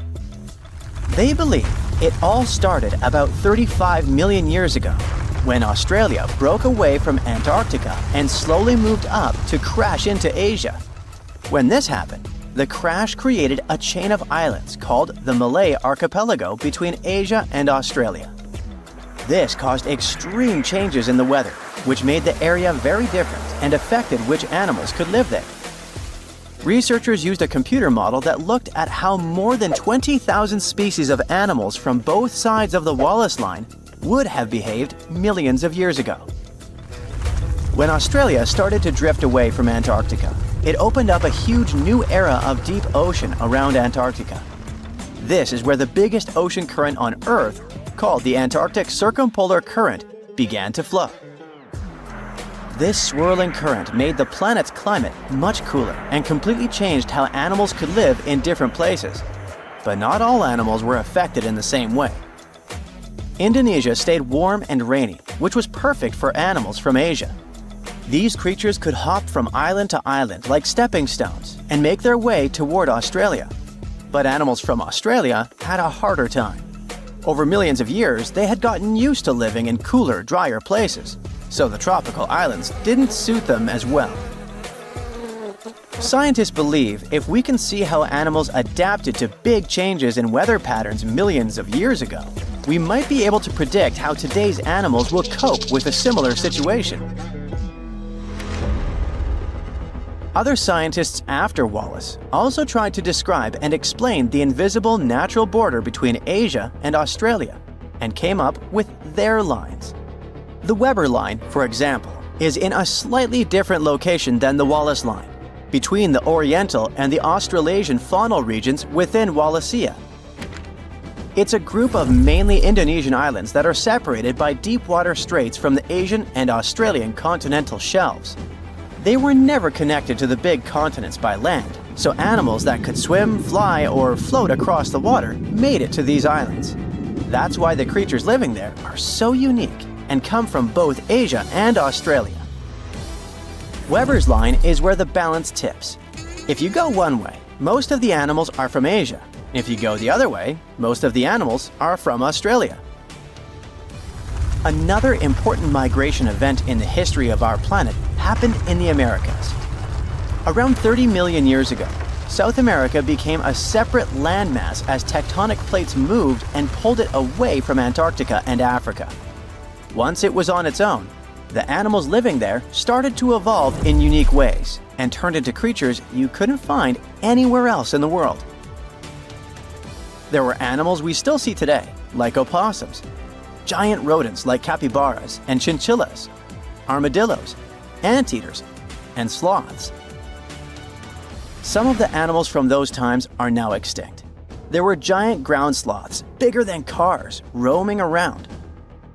There were glyptodonts, which were like giant armadillos with super tough, bony shells. There were also huge, scary birds that couldn't fly but could chase down their prey. Up in North America, animals could still travel to other parts of the world through the Bering Strait. So North America was full of different animals like deer, bison, horses, camels, and even mammoths and mastodons. They all lived alongside predators like big cats, wolves, and bears. About 3 million years ago, the continents of North and South America got connected by a strip of land called the Isthmus of Panama. It formed because the tectonic plates shifted again. Some major volcanic activity between 25 million years ago also contributed to the process. Animals started to move between North and South America, and this long process went down in history as the Great American Interchange. During the Ice Age, huge glaciers in the north grew and shrank over tens of thousands of years. When the glaciers were at their biggest, they held so much water that the sea levels dropped, and forests probably turned into wide grassy plains. So animals had the perfect conditions to cross over. Giant ground sloths were among the animals that went up north from South America, all the way to Alaska. One special kind even roamed the chilly tundras alongside woolly mammoths and caribou. Lots of North American predators decided to explore the South. There were cats like cougars, jaguars, and saber-toothed tigers with their giant teeth. Wolves, foxes, otters, raccoons, and bears also joined the migration. The short-faced bear could stand up to 13 feet tall and weigh as much as a small car. South America also had some funny-looking animals called sanus, or South American native ungulates. These were hoofed mammals that evolved into all kinds of weird shapes, while South America was isolated. Big animals from North America, for example, relatives of elephants with strange tusks, came to the south and became some of the largest creatures around. The ancestors of today's llamas settled in the Andes Mountains, and deer, tapirs, and peccaries thrived in the forests. Animals kept moving back and forth between the continents for thousands of years. But as the Ice Age ended, many of the bigger animals, like the giant ground sloths, couldn't adapt and disappeared. It seems North American animals were better at adapting to their new homes. You can find armadillos, porcupines, and opossums from South America in North America. But many of South America's most famous animals like jaguars, llamas, and spectacled bears left North America long ago. Scientists think South America's animals, after being isolated for millions of years, had a harder time dealing with new challenges when their ecosystems changed.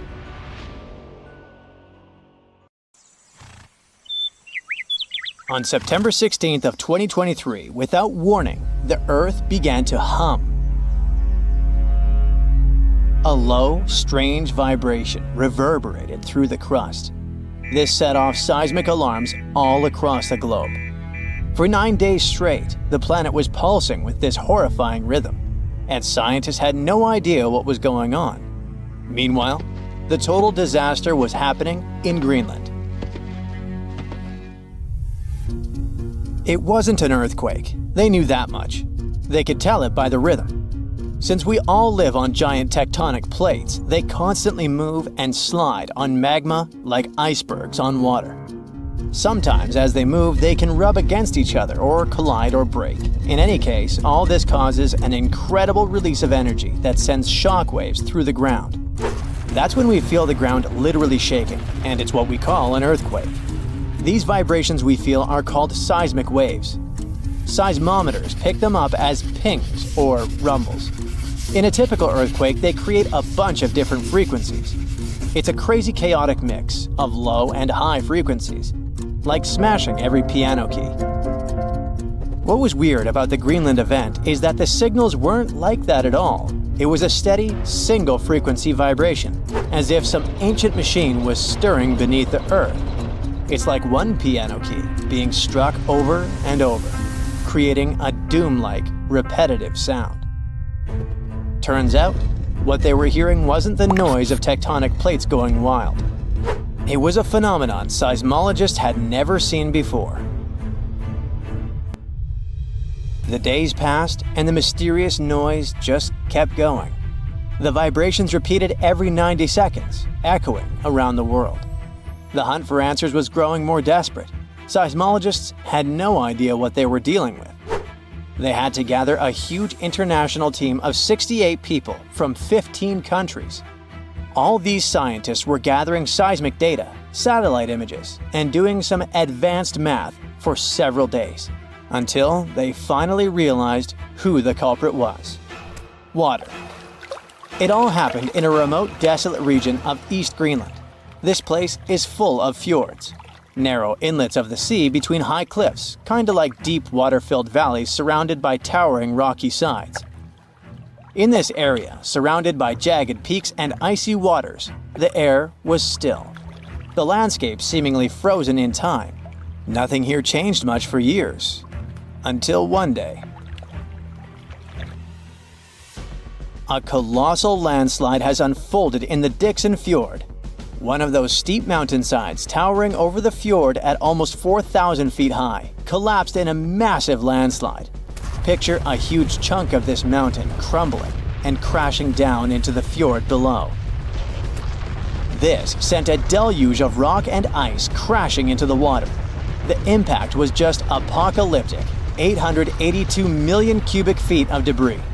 That's enough ice and rock to fill 10,000 Olympic-sized swimming pools, or 10 Great Pyramids of Giza.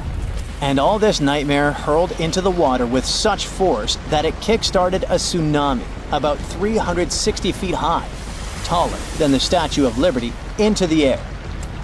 What's crazy is that this incredibly powerful wave was trapped in the fjord by narrow cliffs, unable to escape.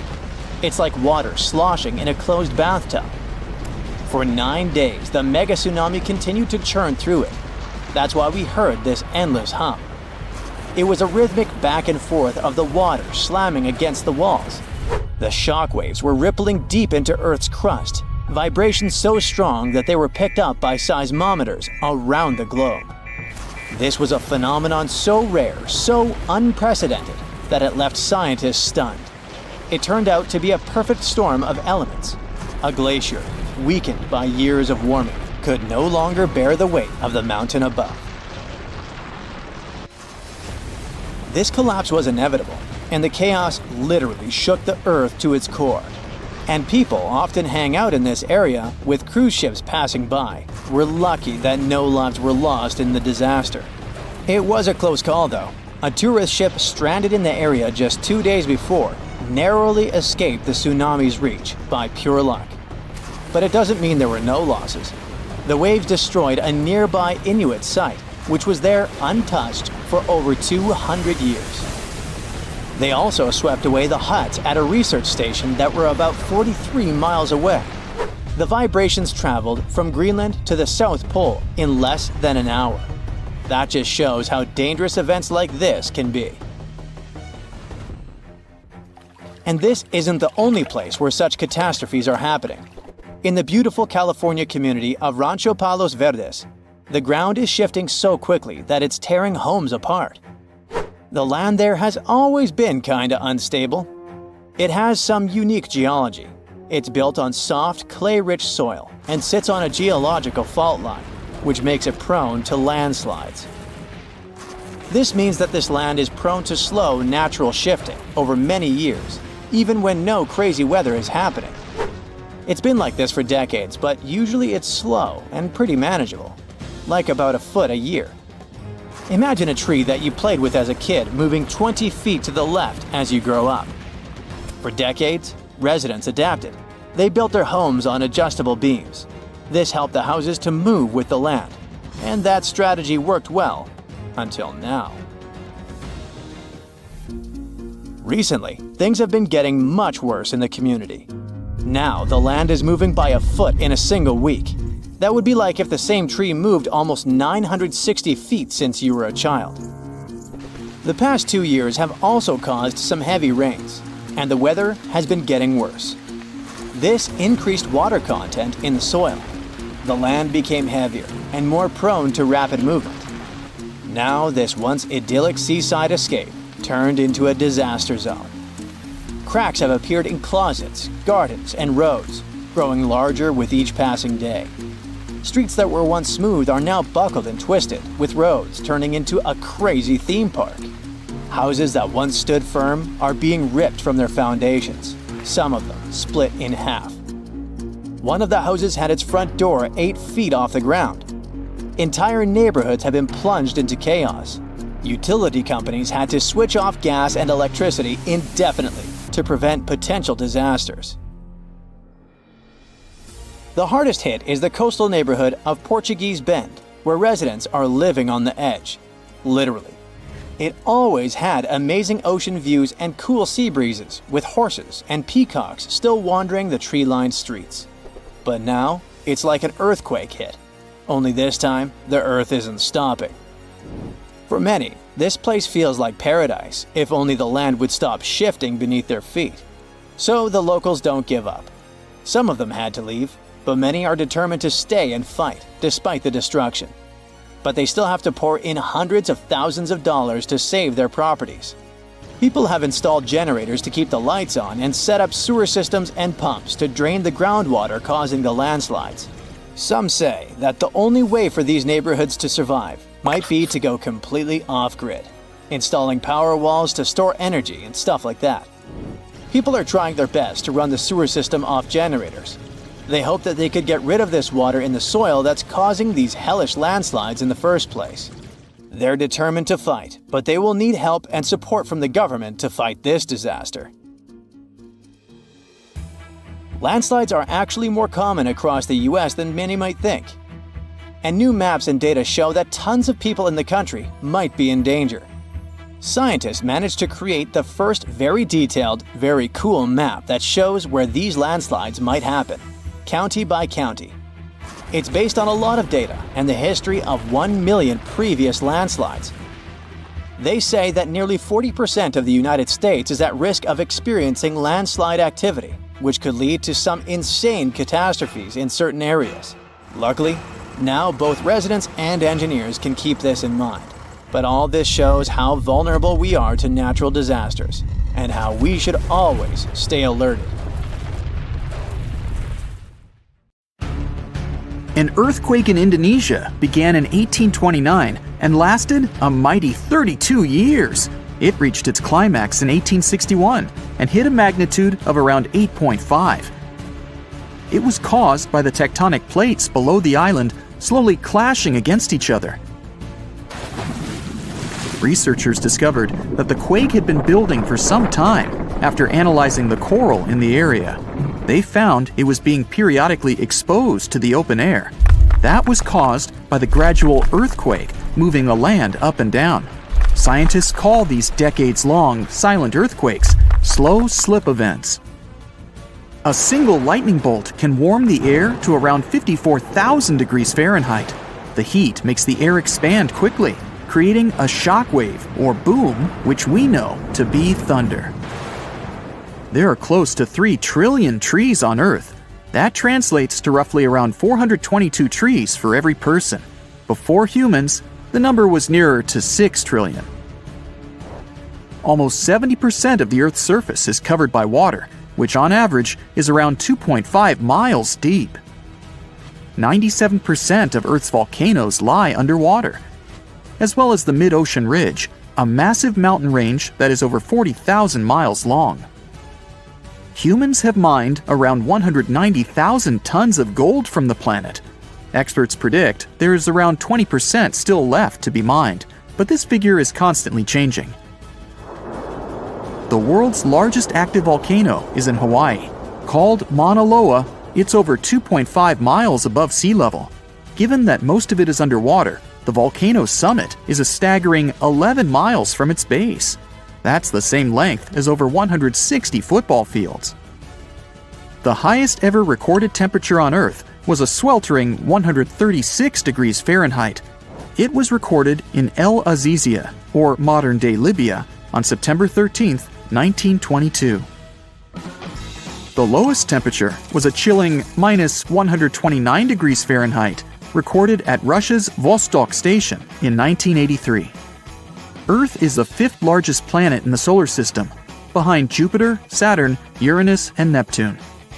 It has a circumference of roughly 25,000 miles, and it would take the average person around 8,300 hours to walk around the face of the Earth. The separation between Earth's land masses would make such a trek almost impossible, though. It takes 365.25 days for the Earth to orbit the Sun. Because our calendar years only have 365 days, we add an extra leap day every 4 years to make up for the difference. Russia is the largest country on the planet, with a total area of about 6.5 million square miles. It encompasses more than 1/8 of the Earth's inhabited land area, but still has a relatively small population given its size. Earth is the only planet with one moon. Mercury and Venus have no moons, while every other planet has 2 or more. Earth is over 4 billion years old. Scientists calculate this by looking at the planet's oldest rocks, as well as meteorites that have crash-landed.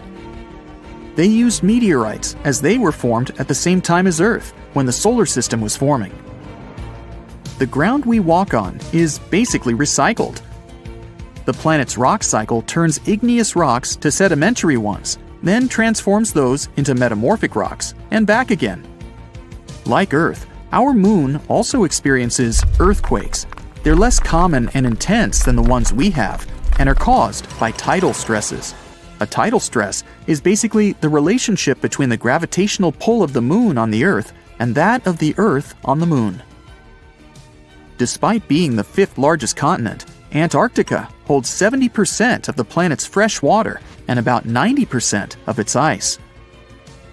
Bangkok is the most visited city in the world, boasting 23 million visitors in 2019 alone. Paris, London, Dubai, and Singapore make up the other cities in the top 5. The lowest layer of Earth's atmosphere is called the troposphere and is the reason we have weather. Sunlight heats the planet's surface, which causes warm air to rise up to the troposphere. This air then expands and cools as the air pressure decreases and sinks down, where it is then warmed by the Earth again. Coral reefs are the largest living structures on the planet, with some even being visible from space. Coral reefs hold the most species per area of any of Earth's ecosystems, even more than rainforests. Earth got its name around 1,000 years ago, and it comes from the German word meaning the ground, but there's no evidence to show who actually named it. Of all the planets, Earth is also the only one which is not named after a Greek or Roman deity. The deepest point of the ocean is the Mariana Trench. It's a whopping 7 miles below sea level. Coastlines cover about 20% of U.S. land, but are home to more than 50% of the U.S. population. The Earth isn't actually a sphere. It's more like a squished ball that bulges at the equator. The bulge is caused by the force of the Earth spinning, which makes the north and south poles slightly flat.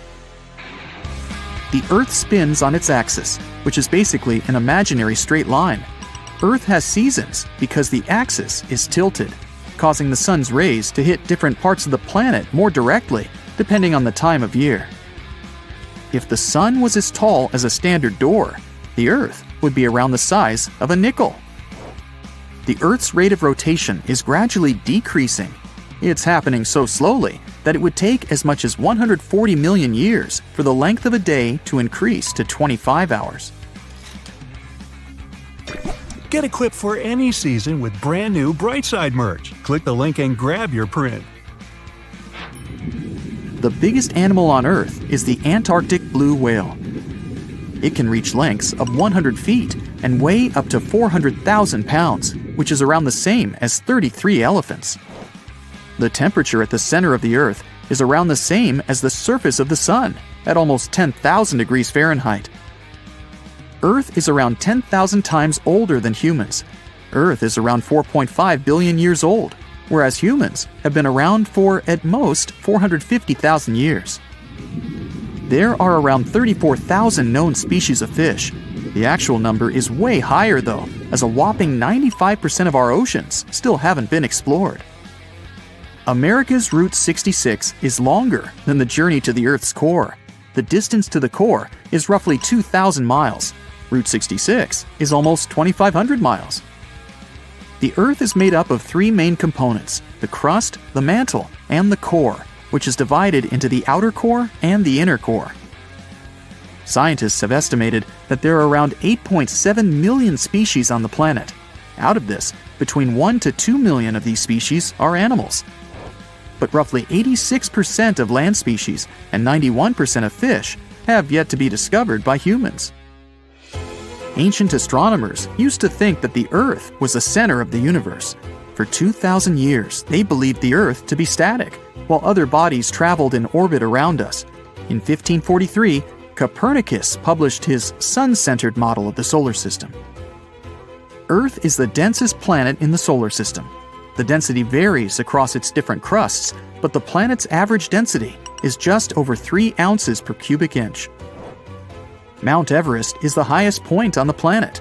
Its peak is the highest altitude above sea level at around 5.5 miles.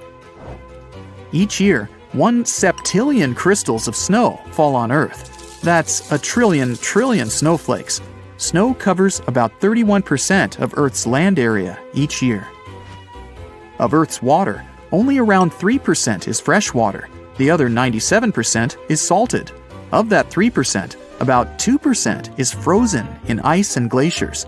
So, less than 1% of the planet's fresh water is actually in lakes, rivers, and underground. The world's largest inland body of water, or lake to us normal people, is the Caspian Sea. It has an area of 140,000 miles squared. The world's deepest lake is Lake Baikal in Russia and is 5,300 feet deep.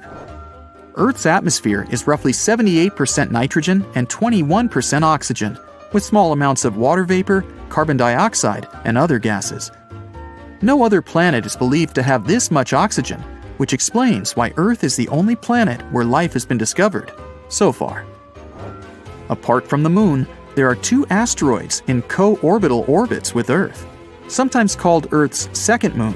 3753 Cruithne is an asteroid that looks like it's following the Earth in orbit, but it's actually following its own path around the Sun. 2002 AA29 is another asteroid which makes a horseshoe orbit around the